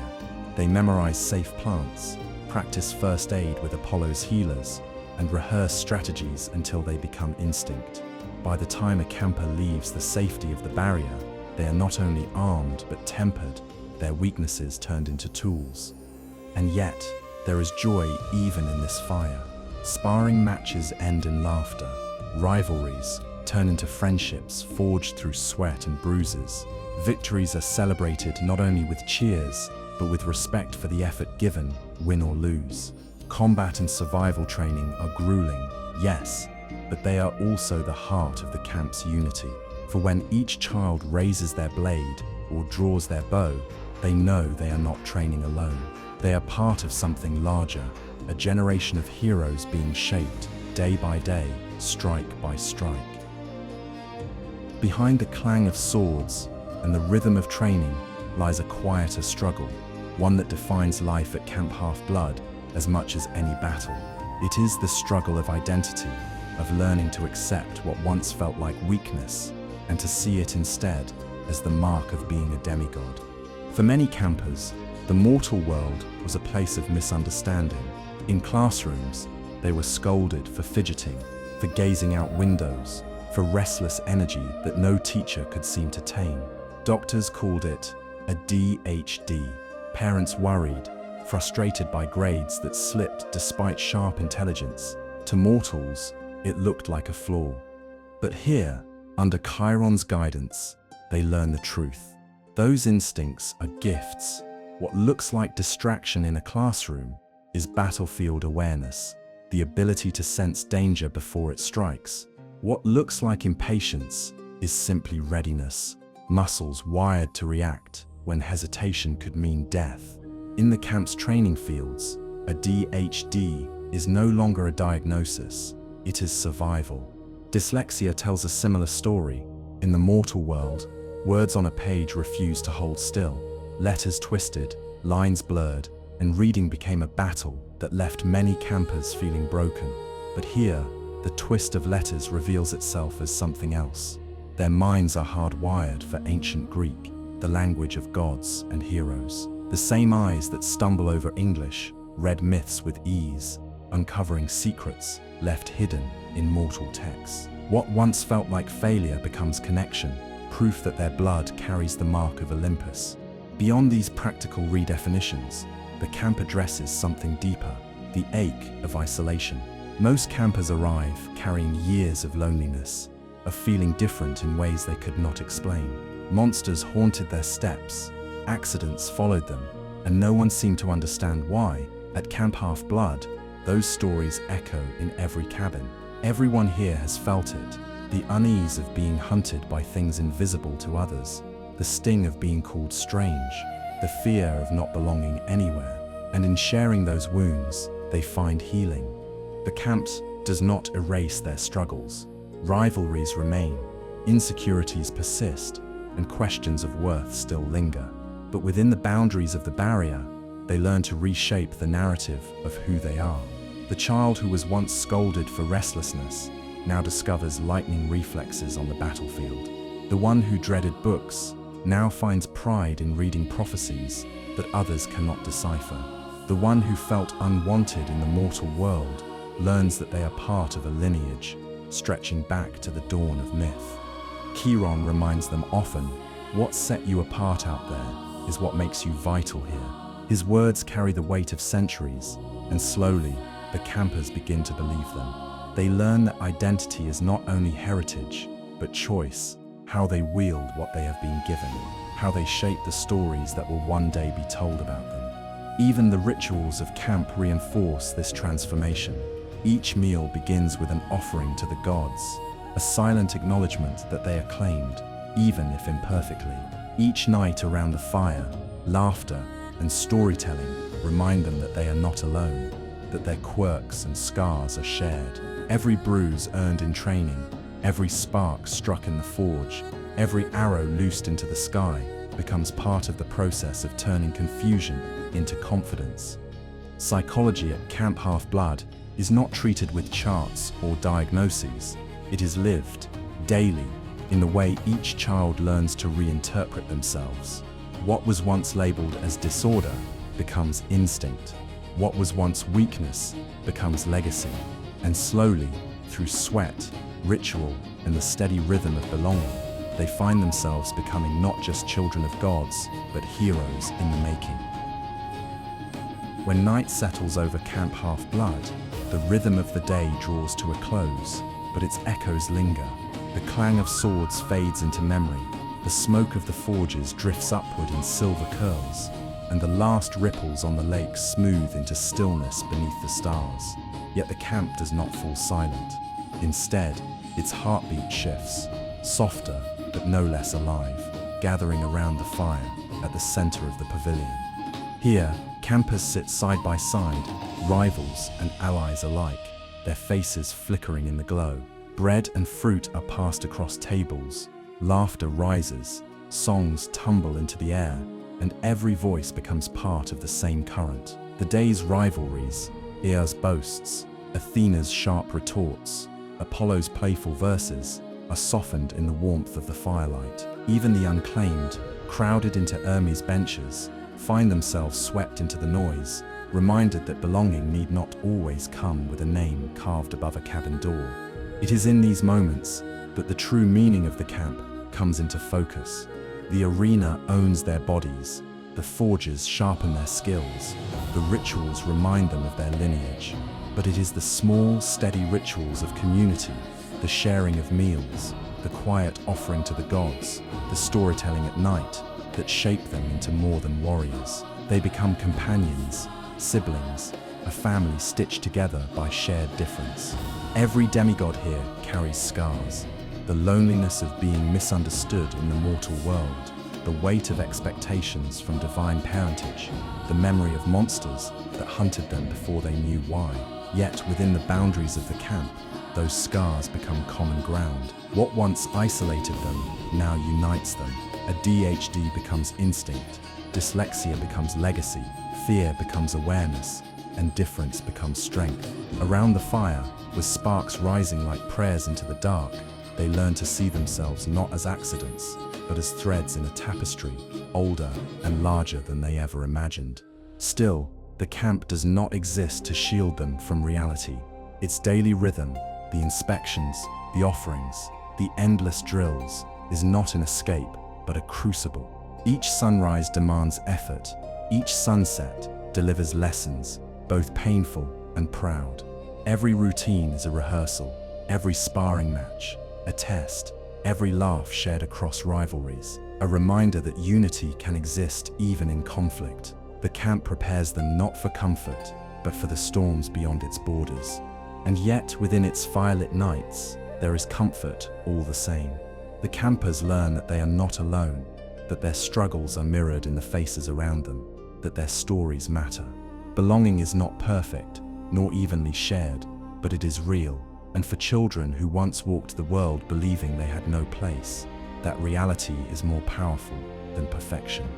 By the time the fire burns low, curfew draws them back to their cabins, and the camp grows quiet. The pine on Half-Blood Hill stands sentinel, the golden fleece glimmering faintly across its branches, while the barrier hums softly against the night. Inside the cabins, whispers fade into sleep. The day is over, but its lessons remain etched in every bruise, every shared laugh, every breathless climb. This is daily life at Camp Half-Blood, rigorous, flawed, unrelenting, but alive. It shapes children into something stronger than they were at dawn. And tomorrow, when the bugle calls again, the cycle will repeat, forging them further still. For beyond these drills and routines lie greater trials, games that blur the line between practice and war, and monsters that test whether all this training can truly hold. The fire burns lower, But the story is far from finished. Training sharpens skill, but sooner or later, drills are not enough. Every demigod at Camp Half-Blood learns that the real test is not how straight their sword cuts, or how true their arrow flies. It is how they fare when those skills are put into motion under pressure. That is why the camp does not stop at sparring rings or archery targets. It transforms practice into games that feel less like play and more like war. The forest becomes their battlefield. At nightfall, torches flare, banners rise, and the air hums with anticipation. The game is capture the flag, but here, it is no child's pastime. The rules are simple: seize the enemy banner, defend your own. Yet the execution demands every skill they have learned: strength, strategy, speed, and the courage to face whatever waits in the shadows. Rivalries flare with purpose, alliances form in whispers. The moment the horn sounds, the forest comes alive with the clash of swords, the crack of branches, the rush of feet. In the dark, the line between practice and survival blurs. Beyond Capture the Flag lie other simulations: triremes, maneuvering across the lake in mock naval battles. The lava wall climbed not only for strength, but for strategy under pressure. Labyrinthine quests staged within the camp's borders. Each is designed to push them further, to prove that training alone is not enough unless it can withstand chaos. To stand on the edge of one of these games is to feel a shift in the air. The laughter of the day falls silent, replaced by focus, by nerves, by the electric knowledge that mistakes here carry weight. A stumble may mean capture, a miscalculation may cost a team victory, but more importantly, it reminds each camper of the stakes they will face outside the barrier. When practice becomes real, the camp shows its truest purpose. It is not to protect children forever, but to prepare them. And in these games, half play, half battle, the next generation of heroes takes its first steps toward the world that waits beyond the mist. The crown jewel of Camp Half-Blood's training is Capture the Flag, a game that is anything but simple play. It takes place in the woods that stretch behind the cabins, a forest filled with uneven ground, tangled roots, and shadows that hide more than leaves. On the night of the game, the camp buzzes with restless energy. Armor is strapped tight, helmets polished, banners unfurled. For hours, rivalries that simmer in the dining pavilion boil over into whispered strategy sessions and sharpened blades. When the horn sounds, the forest comes alive. The children of Ares charge forward with reckless strength, their bronze swords gleaming as they crash into enemy lines. Athena's offspring move more carefully, slipping between the trees, eyes scanning, every step measured. Hermes' children dart in and out like shadows, carrying messages, planting tricks, springing traps. Apollo's archers take high ground, loosing arrows that whistle through the night, while Demeter's call vines from the ground to slow their opponents. Even the hunters of Artemis, when they visit, lend their silent precision, arrows piercing the dark with unnerving accuracy. The rules are simple: capture the opposing team's banner and defend your own. But simplicity ends when the game begins. The forest becomes chaos. Swords clash, shields shudder, strategies crumble under the pressure of speed and surprise. Every step forward feels earned with bruises, sweat, and the sting of mistakes. And yet, beneath the noise lies a deeper lesson. The game forces demigods to balance rivalry with teamwork, to test their instincts under the closest thing to battle they can face without monsters tearing at their throats. Beyond Capture the Flag lie other simulations, each one crafted to stretch their limits further. Naval battles on the lake pit, triremes against one another, their oars cutting through water in perfect rhythm. Children of Poseidon command the currents, while others scramble to hold balance on decks slick with spray. Strategies are shouted over the crash of waves, sails snap in the wind, and victories are often won not by brute force, but by clever maneuvering. The lava wall, already a terror during practice, takes on new life in competitions. Teams race to the summit, dodging fire and steam, scrambling for footholds on rock that shifts beneath them. Winning demands not only strength, but communication, trust, and timing. To falter alone is to fall. To succeed together is to rise. Even quests staged within the boundaries of the camp become simulations of the real dangers awaiting outside. Mazes are constructed, riddles set, magical obstacles woven into paths that demand wit and courage alike. Campers find themselves tested not only by physical challenge, but by puzzles designed to frustrate and reveal. Some stumble, some fail, but all learn that victory requires more than skill with a weapon. It requires clarity of mind under strain. Every simulation carries the same truth. The camp cannot protect them forever. One day, the mist will part, the barrier will fall behind them, and the monsters outside will not care how well they sparred in practice. These games are not entertainment. They are crucibles, forcing each child to confront fear in conditions safe enough to stumble, but fierce enough to matter. When the banners are finally raised, when a team claims victory, cheers roll through the forest or across the lake, bruises are compared, laughter returns, grudges reignite, and for a moment the games feel like play again. But the lessons linger. Each camper knows that what they tested in the dark woods or upon the waves will one day decide whether they survive beyond the barrier. In this way, Camp Half-Blood blurs the line between childhood and heroism. Capture the Flag, naval battles, the lava wall. They are more than games. They are rehearsals for the wars waiting just outside the mist, where there will be no banners to capture, only lives to defend. Every game at Camp Half-Blood carries one unspoken truth. The monsters outside the barrier are not playing, they are hunting. For the children of gods, learning to recognize, outwit, and survive these creatures is as vital as breathing. The camp is both school and battlefield, teaching not only how to wield a sword, but how to understand the enemies waiting just beyond the mist. The first name every camper learns is the Minotaur. Part man, part bull, it is brute force incarnate, its horns capable of shattering stone. It charges blindly, driven by rage more than thought, yet its ferocity is enough to kill. Chiron's lesson is clear: never meet the Minotaur head-on. To fight it is to sidestep, to outmaneuver, to let its own momentum undo it. Quickness, not strength, is survival. Campers practice dodging charges in the arena, learning to trust fear as sharpened instinct rather than paralysis. From brute force, training turns to cunning. The Furies, winged servants of Hades, embody relentless pursuit. Their whips crack with poisonous fire, their shrieks unnerve before the first strike lands. Against them, campers are taught discipline of the mind as much as the body.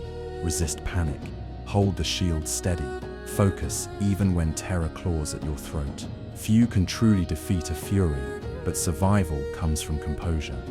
Then there is the Hydra, nightmare of regeneration. Cut off one head and two more hiss back in its place. Here the lesson is restraint. Brute strength solves nothing unless tempered by intellect. Fire is the answer. Burn each wound before the monster can heal. In the forges, Hephaestus's children teach campers to cauterize, while in drills they practice solving puzzles that multiply when struck. The Hydra reminds them, intelligence must walk beside courage. Perhaps the most dreaded foe is the Chimera, a patchwork of lion, goat, and serpent. Its unpredictability more dangerous than its fire. It forces demigods to abandon rigid plans, to adapt mid-strike, to embrace uncertainty instead of resisting it. Instructors use the Chimera as a symbol of chaos itself. Survival demands fluidity, not stubbornness. Beyond these well-known horrors are countless others. Harpies shrieking in the dark, gorgons with eyes that freeze courage, serpent-limbed dracani lurking in shadows. Around campfires, Chiron recites their histories, teaching that monsters are not endless hordes, but embodiments of memory and fear. They return when slain because mortals keep telling their stories. Each fight is both repetition and revelation. At the center of every lesson is celestial bronze, Forged by Hephaestus's children, this sacred metal wounds monsters where mortal steel passes harmlessly through. Even the smallest dagger, if of the right metal, can mean survival.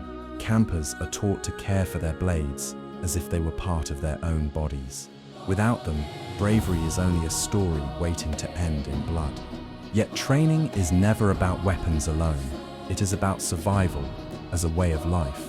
Campers learn to sense monsters before they appear, their scent sharp as ozone after lightning. They move silently through forests, set traps, and use terrain to turn weakness into strength. They rehearse retreat as often as attack, for sometimes the only victory is to live another day. Instructors remind them again and again. The world beyond the barrier is not fair, it is hungry. For many, these lessons bring fear, but also empowerment.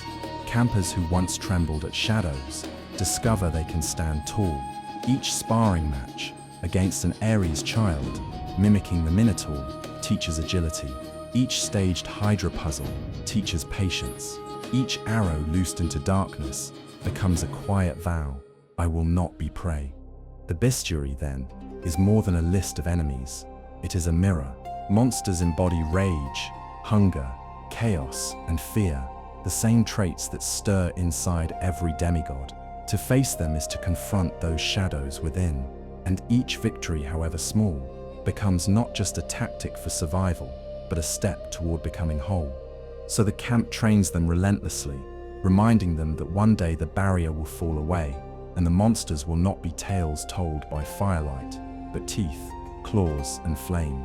Only those who remember the lessons of the camp, discipline, adaptability, and resilience, will endure. Every child who steps inside Camp Half-Blood eventually asks the same question: why us? Why do the monsters appear at schoolyards, in alleyways, on highways, where no one else sees them?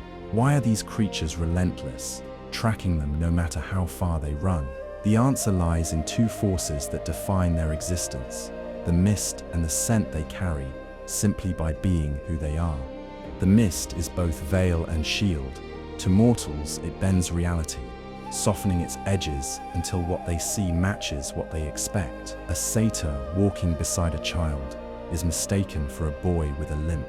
A bronze sword glinting in the sun becomes a trick of light, or a baseball bat carried by a teenager. Even when battles break out in plain sight, mortals invent explanations: a car crash, a sudden storm, a mugging in the night. Their minds accept these illusions because the mist spares them the weight of truth. To see the world as it really is would shatter their sanity, so the mist gently guides them away, like a hand turning their gaze elsewhere.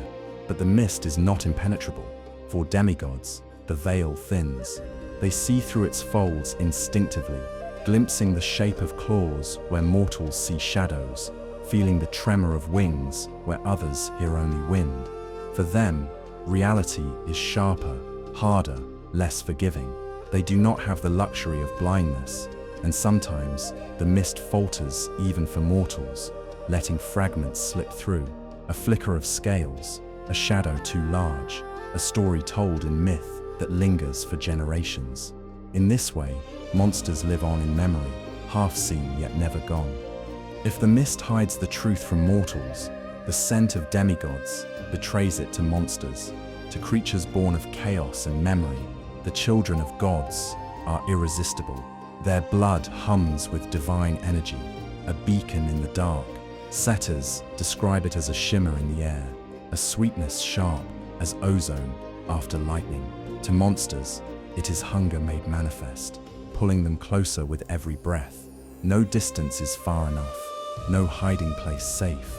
Where a demigod walks, the air itself whispers their presence. This is why their lives beyond the camp are marked by accidents and fear. A math class interrupted by a sudden storm that no one else notices. A bus attacked on a lonely road while mortals remember only a flat tire. A child chased across a playground while their classmates see only a dog, not a monster in disguise. The scent calls, the mist bends, and the demigod is left to fight or flee. At Camp Half-Blood, this truth is not hidden. it is embraced as lesson. Chiron teaches that the scent cannot be erased, only managed. Strong emotions, fear, anger, triumph, make it brighter, stronger, harder to conceal. Calm and discipline dim it, though never fully. Magical items, like enchanted clothing or charms, can shield it for a time, but never forever. The barrier of the camp, strengthened by Thalia's pine and the golden fleece, masks it best of all, cloaking the children within from detection. But once they step beyond, the hunt resumes. This knowledge shapes every ritual of the camp. Training is relentless, not because the counselors are cruel, but because monsters will not relent. Offerings to the gods remind the children that their bloodline is both gift and curse. Curfews and inspections exist not to stifle freedom, but to keep discipline sharp, to keep the scent from burning too brightly through carelessness. Even the smallest lessons, a warning not to lose one's temper, a reminder to steady the breath, become tools of survival. And yet, in this relentless truth lies empowerment. For if the scent draws monsters, it also declares heritage. Every time a camper is hunted, they are reminded that their lives matter in ways mortals cannot comprehend. The mist may hide them from the world, but the monster's pursuit confirms it. They are children of gods, inheritors of stories that refuse to fade. Their struggle is the price of their bloodline, but also the proof of it. So the camp teaches them not to curse the mist or resent their scent, but to understand both. One blinds the mortal world, the other exposes them to monsters. Between the two lies the path of a demigod. Dangerous, yes, but also extraordinary.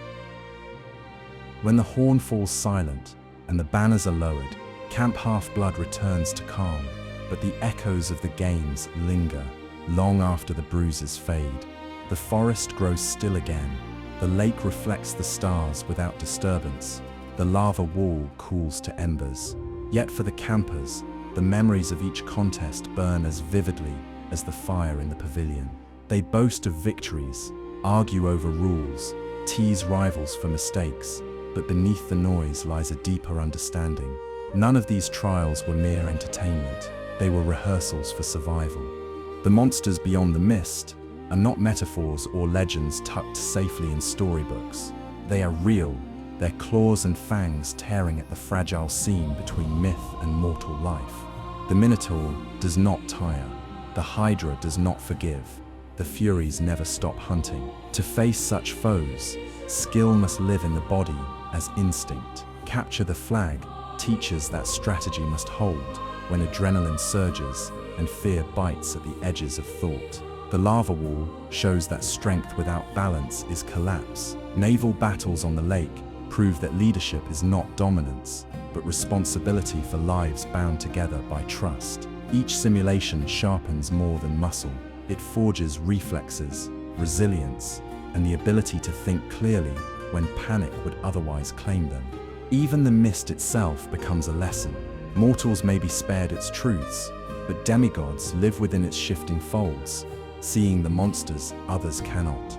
And their scent, divine blood threaded with mortal flesh, draws those creatures like moths to flame. No hiding place is permanent, no distance safe. The camp does not shield them from this knowledge, it arms them with it.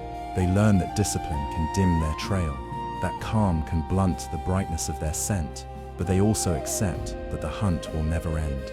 In that acceptance lies power. What once felt like curses, restless energy, difficulty in classrooms, the twist of letters on a page, are revealed as hidden gifts. ADHD becomes battle awareness. Dyslexia becomes a bond to ancient Greek, the language of their heritage. Fear becomes instinct, honed until it is no longer weakness, but weapon. And through all of it, the children discover that they are never alone. The camp binds them together, rivals and allies alike, through shared bruises and laughter, victories and losses. Azarthus and Athena's strategy, Apollo's brightness and Artemis's silence, Hephaestus's fire and Demeter's nurture, all fuse into a single strength when the forest demands it. In the end, the banners and victories matter less than the unity forged through sweat and firelight. So when the torches are doused and the forest returns to silence, the lessons remain. Each camper carries them into sleep: unity, resilience, the ability to endure. For tomorrow the horn will sound again, and the games will resume, each one another step toward the moment when the mist parts for real and monsters strike without warning. Camp Half-Blood's contests are not meant to protect children from danger. They are meant to prepare them for it. And when the day comes to leave the barrier behind, those lessons will matter more than banners or bruises. They will matter against Olympus's decrees, the underworld's shadows, and the tangled weight of divine law that still waits ahead. For all its rituals and rivalries, Camp Half-Blood is not an island unto itself.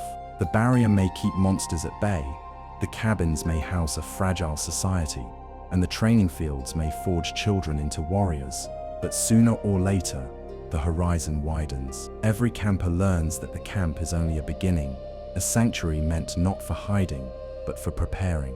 Beyond the pine and the mist lies a world threaded with Olympus above, the underworld below, and ancient laws that bind them all.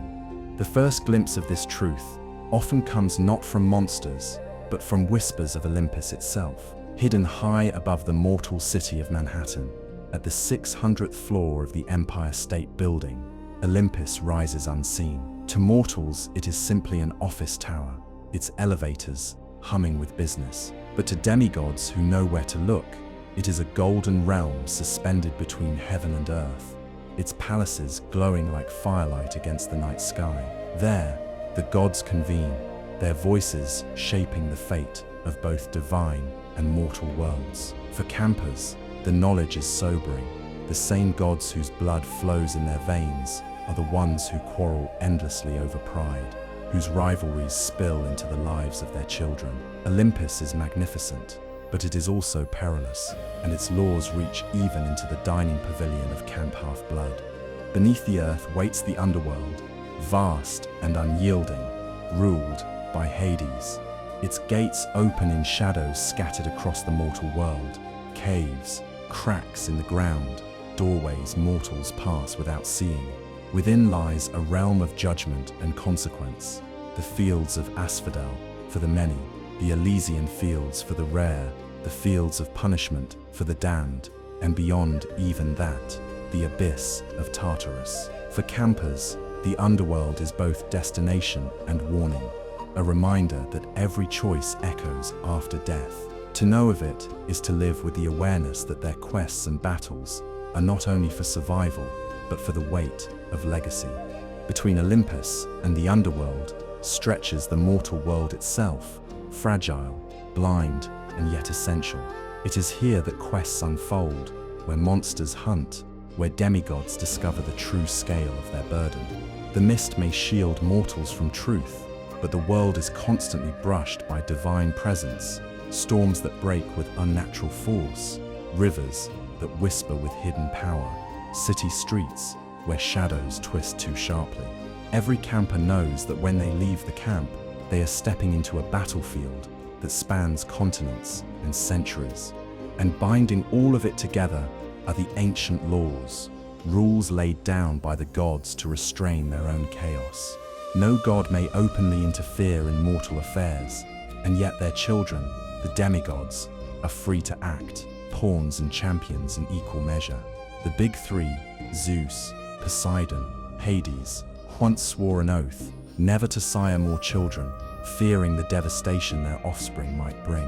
Promises like these ripple outward, shaping not only Olympus, but the lives of the children who gather at Camp Half-Blood, caught between decrees made in the heavens and the struggles of survival on Earth.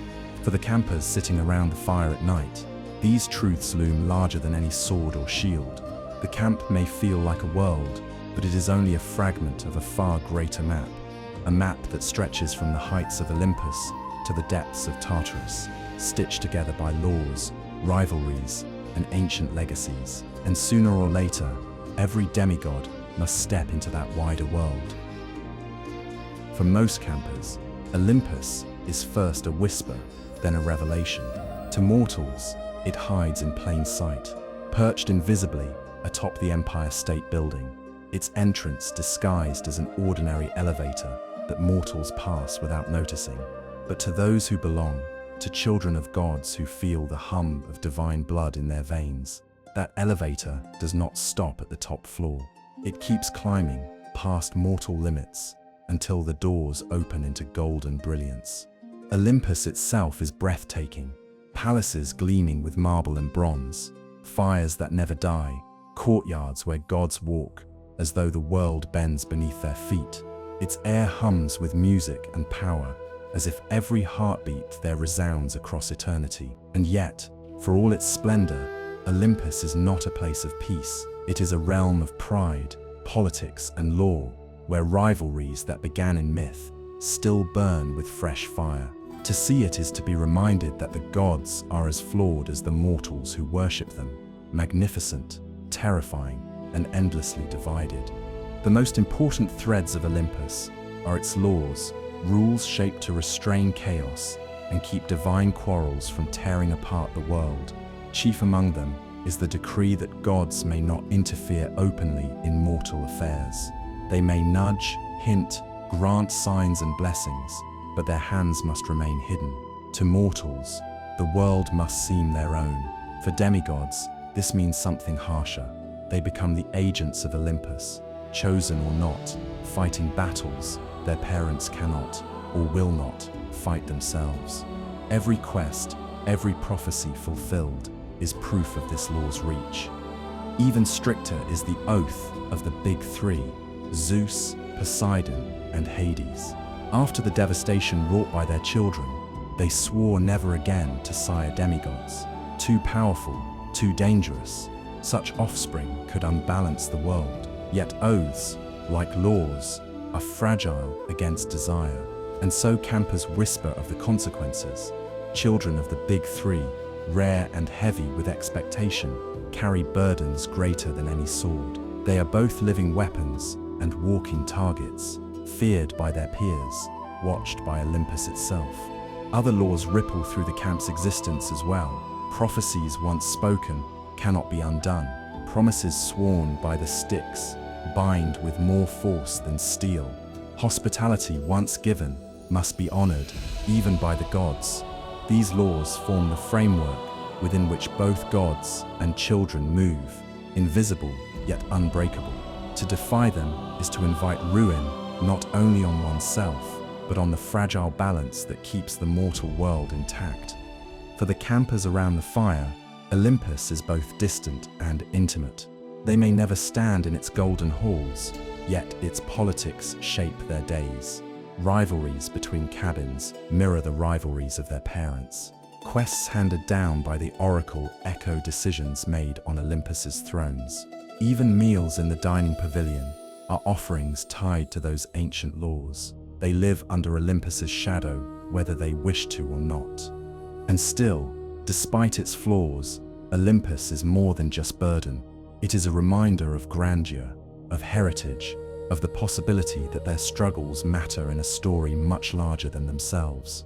When a camper lifts their eyes to the night sky over Long Island, they do not only see stars, they see the faint glow of a city, a palace above the skyscrapers, a legacy waiting in the heavens. In the end, Olympus is both sanctuary and storm, law and chaos intertwined. Its ancient decrees limit the gods, but empower their children, pushing them into the roles of heroes. For Camp Half-Blood, these laws are not abstract. They are the invisible framework that shapes every rivalry, every quest, every hope whispered into firelight. If Olympus crowns the world with fire and splendor, then the underworld anchors it in shadow. It is not merely a place of fear, but a realm of order, vast, complex, and unyielding. For campers at Half-Blood Hill, the thought of the underworld is both warning and destiny, a reminder that their battles are not fought only for survival, but for what comes after. The entrance to this realm is never the same twice. Some find it in deep caves, others in cracks in forgotten valleys, or in doorways passed by mortals who never sense what lies beyond. But wherever it begins, the path always leads downward, through a land where sunlight dies and the air grows heavy with silence. At its gates stands Cerberus, the three-headed hound, his eyes glowing like embers, his growls a thunder that shakes the earth. To mortals he is myth, to demigods he is as real as the sweat on their palms. Beyond him waits the kingdom of Hades. The underworld is not chaos. It is divided into realms of judgment, each soul assigned to its place. Most drift into the fields of asphodel, endless grey plains, where lives neither wicked nor heroic, wander in quiet sameness. For a rare few, gates open to their Elysian fields, a paradise of light and music, where heroes find rest, their victories rewarded with peace. For the damned, there are the fields of punishment, where torments match their crimes, eternal and merciless. And beyond even these lies Tartarus, a chasm so deep it swallows light, where monsters are reborn and the darkest foes of Olympus are chained. For campers, these divisions are more than stories. They are a system of justice, imperfect but absolute. Every quest, every choice carries echoes that will follow them here. To know of the underworld is to live with the weight of consequence. A blade swung in anger, a promise broken, a vow betrayed, all will be weighed when the soul crosses the river Styx. Daily life at camp rarely brushes directly against this realm, yet its shadow colors everything. Hades' children feel it most keenly. Their obsidian cabin, silent and cold, reflects the stigma they carry. Some campers avoid them, uneasy with the thought of death, sitting so close at the table. Yet those who know them well understand that the children of Hades live not only with shadow, but with clarity. They grasp truths others avoid, that life is fragile, that choices matter, that every heartbeat is both gift and responsibility. Instructors remind campers that death is not an enemy, but a law of the world. To fear it is natural, to ignore it is foolish, to respect it is wisdom. Lessons in combat often end with these words. Remember where your steps lead. Every strike is weighed twice, once in life, once in death. The underworld also reveals another paradox. Monsters, once slain, are not gone forever. They return, their forms reborn in Tartarus, crawling back from the abyss to hunt again. Victory is never final, only temporary. This truth hardens campers more than any drill. It teaches them to fight, not for the illusion of ending danger, but for the precious days of safety their battles can buy. At night, when the campfire burns low and stories fade into silence, many campers think of the underworld. They wonder which path they might take, which field their footsteps will find. For some, it is a source of dread. For others, it becomes a compass, pushing them toward deeds that might one day earn Elysium. Either way, its presence is constant, shaping choices as surely as Olympus's decrees. In the balance of sky and shadow, of throne and grave, the campers begin to understand their place. They are not only training to fight monsters or fulfill prophecies, they are training to face judgment, to live lives that matter in a world where eternity waits beneath the ground. If training teaches demigods skill and instinct, then weapons give those instincts form. At Camp Half-Blood, the forge glows as brightly as the arena, for every camper knows that survival depends not only on courage, but on the steel or bronze in their hand. And among the countless tools forged and wielded, a few stand apart, carrying histories as heavy as their weight. The heart of every arsenal is celestial bronze, forged from ores touched by divine fire. It slices through monsters as easily as air, while passing harmlessly through mortals. It hums faintly when wielded, resonating with the divine spark in its bearer. Hephaestus's children craft it tirelessly, their hammers ringing like heartbeat against anvils. Every camper is taught to care for their blade, as though it were part of themselves, for without celestial bronze, even the bravest heart is defenseless. Alongside it exist rarer metals, imperial gold, known for its deadly precision, and Stygian iron, a shadowy alloy, bound to the power of the underworld. Each carries its own weight, its own cost. But beyond metals lie relics older than the camp itself, artifacts whose names are whispered with reverence. The most familiar is Riptide, a simple ballpoint pen in appearance, yet in truth, a celestial bronze sword called Anaklusmus. It cannot be lost for long, always returning to its owner's pocket, a reminder that even the simplest object may conceal power. To campers, Riptide is more than a weapon. It is proof that lineage and legacy can take forms both ordinary and extraordinary. Other relics hold more perilous weight. The golden fleece, draped across Thalia's pine on Half-Blood Hill, shimmers with healing power, its magic renewing the barrier that shields the camp. Without it, the sanctuary would crumble.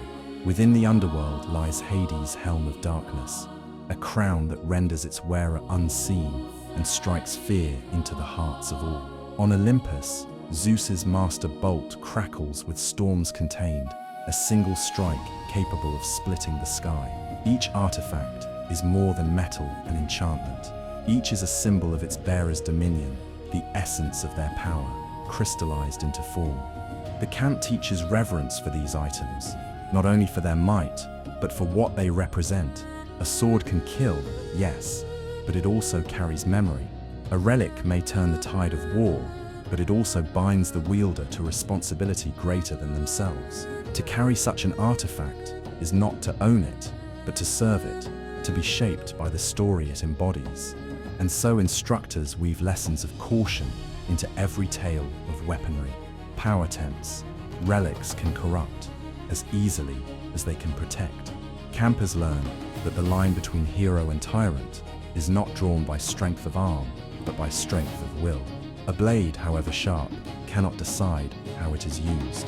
That choice always falls to the hand that wields it. For younger campers, the arsenal is a source of wonder. They marvel at the sparks flying from Hephaestus's forge, at the hum of their first blade, at the whispered stories of relics that shaped wars. For older ones, it is a source of gravity. They know that one day their lives may hinge not on a banner or a flag, but on whether they can hold steady the weight of a weapon older than empires. In the end, the arsenal is more than an armory. It is a library of stories written in steel and flame. Every blade forged, every relic guarded, every shield raised ties the campers to a history older than themselves. And in learning to wield that history, they discover the truth. Weapons do not make them heroes. They only reveal the kind of heroes they are becoming. By the time a camper has heard of Olympus, imagined the underworld, and held celestial bronze in their hands, they begin to understand that Camp Half-Blood is not a world unto itself. It is a fragment, a sanctuary tied by invisible threads to powers far greater than its borders. Above them, Olympus glows unseen, perched high above Manhattan. Its laws ripple downward into the cabins and dining pavilion, shaping rivalries and quests. The oath of the Big Three, the binding power of promises sworn by the Styx, the decrees of gods who quarrel endlessly. These rules echo in the lives of children who never asked for them. Olympus, radiant and flawed, casts both light and shadow over every camper's fate. Beneath them lies the underworld, vast and inevitable. The fields of Asphodel, Elysium, punishment, and the abyss of Tartarus remind every camper that choices linger beyond death.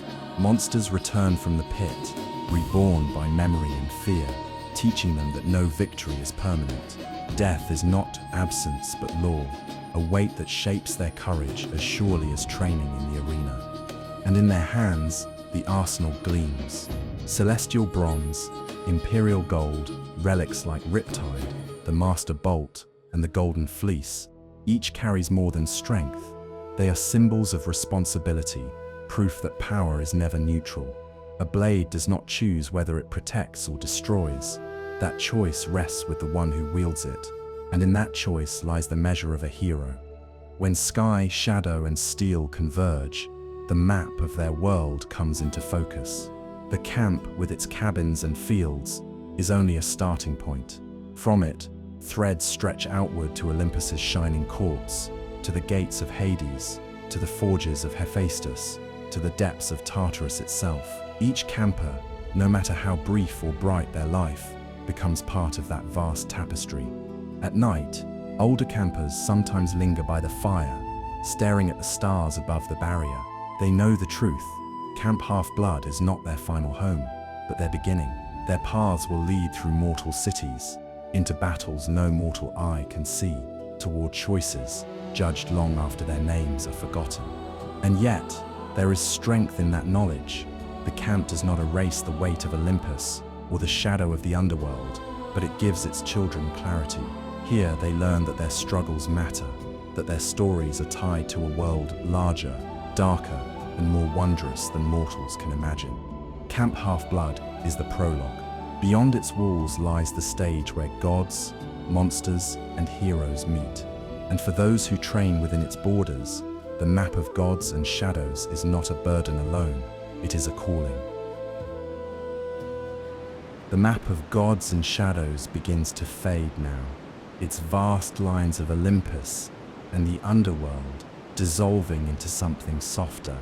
The great tapestry of myths drifts away like a dream receding at dawn, until only one thread remains, the quiet path beneath your feet, leading you gently upward toward the hill where the pines wait. You begin to walk slowly, your steps carrying you up the gentle slope of Half-Blood Hill. The air is cool here, touched with the faint salt of the sea, and the forest of pines rises all around you like tall guardians. Their trunks are dark against the silver of the night, and each branch stirs softly in the breeze, as if whispering secrets only the wind understands. The world beyond the mist feels far away now. Here, there are no monsters, no alarms, only the rhythm of your own breath and the steady sound of leaves brushing against one another overhead. Ahead of you stands the great pine, Thalia's tree, rooted firm in the earth, its branches reaching toward the stars. A soft glow seeps from its needles, pale and steady, as if the tree itself breathes with quiet light. Around it, the border of the camp shimmers faintly, a veil of luminescence rising and falling like a heartbeat. You pause to look at it, to feel the warmth that radiates outward. This is the boundary, the unseen wall that has kept danger at bay for generations. In its glow, you feel not fear, but a profound calm, as though an invisible hand has wrapped the camp, and you in its embrace. The ground beneath your feet is soft, almost cloud-like, each step sinking into moss and fallen pine needles. You move without effort, as though the earth carries you gently forward. The air grows cooler, kissed with mist, and with every breath, your chest eases, your thoughts quiet. The world narrows to the sound of the wind flowing through the trees and the faint pulse of the barrier. You notice the small details now, how the branches above sway slowly, never hurried, never harsh, how the glow of the pine flickers in time with your breath, how the veil of the mist drifts and curls like a soft blanket, not hiding you, but cradling you. The deeper you walk into this forest, the lighter you feel, as if each step lets go of weight you did not know you carried. There is no need to hurry here. The forest itself seems to invite you to slow, to match its rhythm. Each breath in draws in peace. Each breath out releases the last fragments of tension.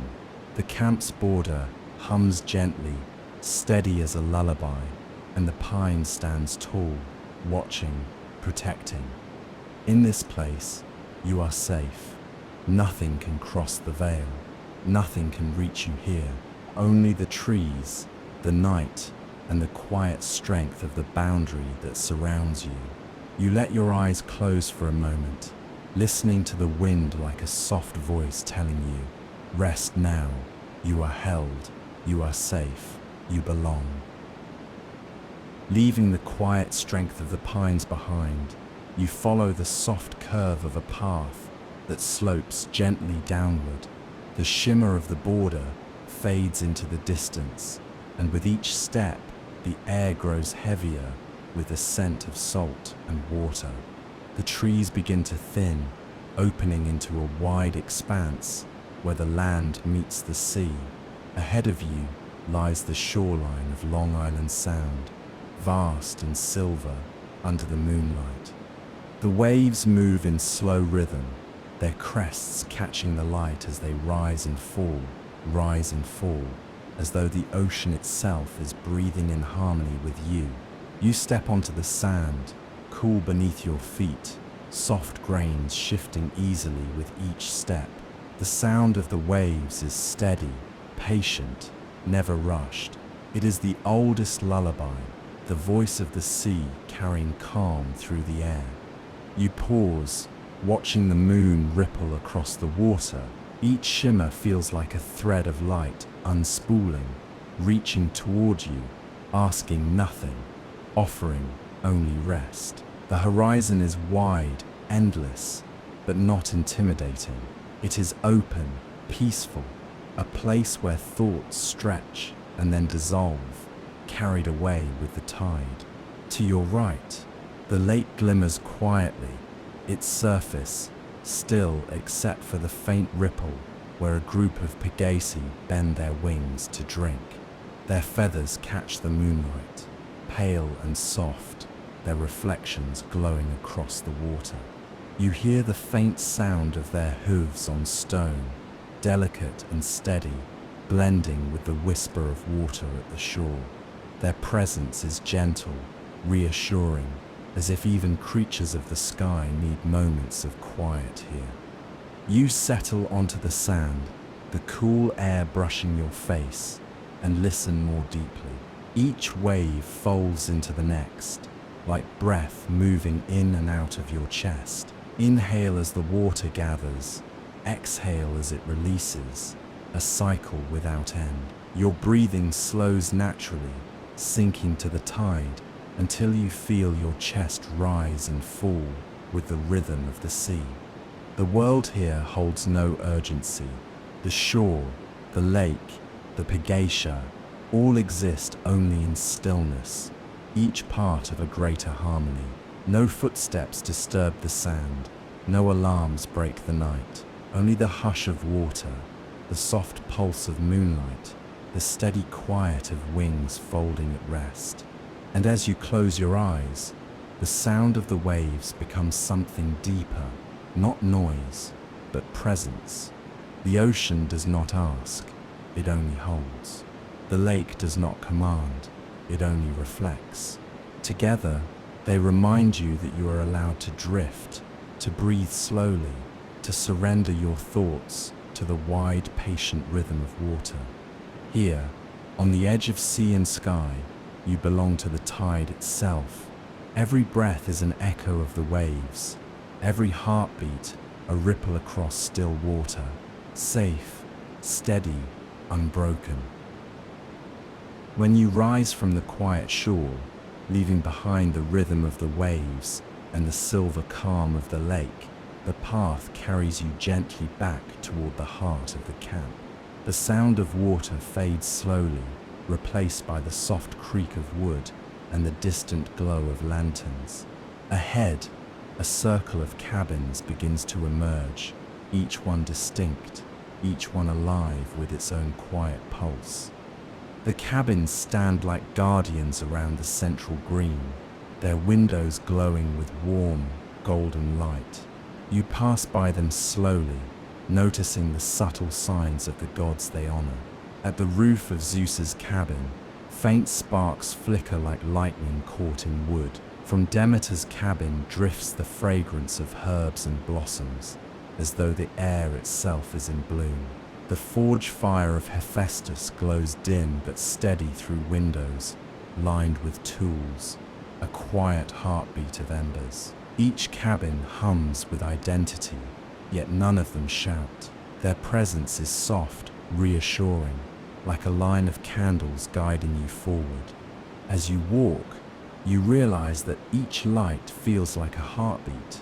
Every cabin is more than wood and stone. It is a home, a promise that no one is left outside.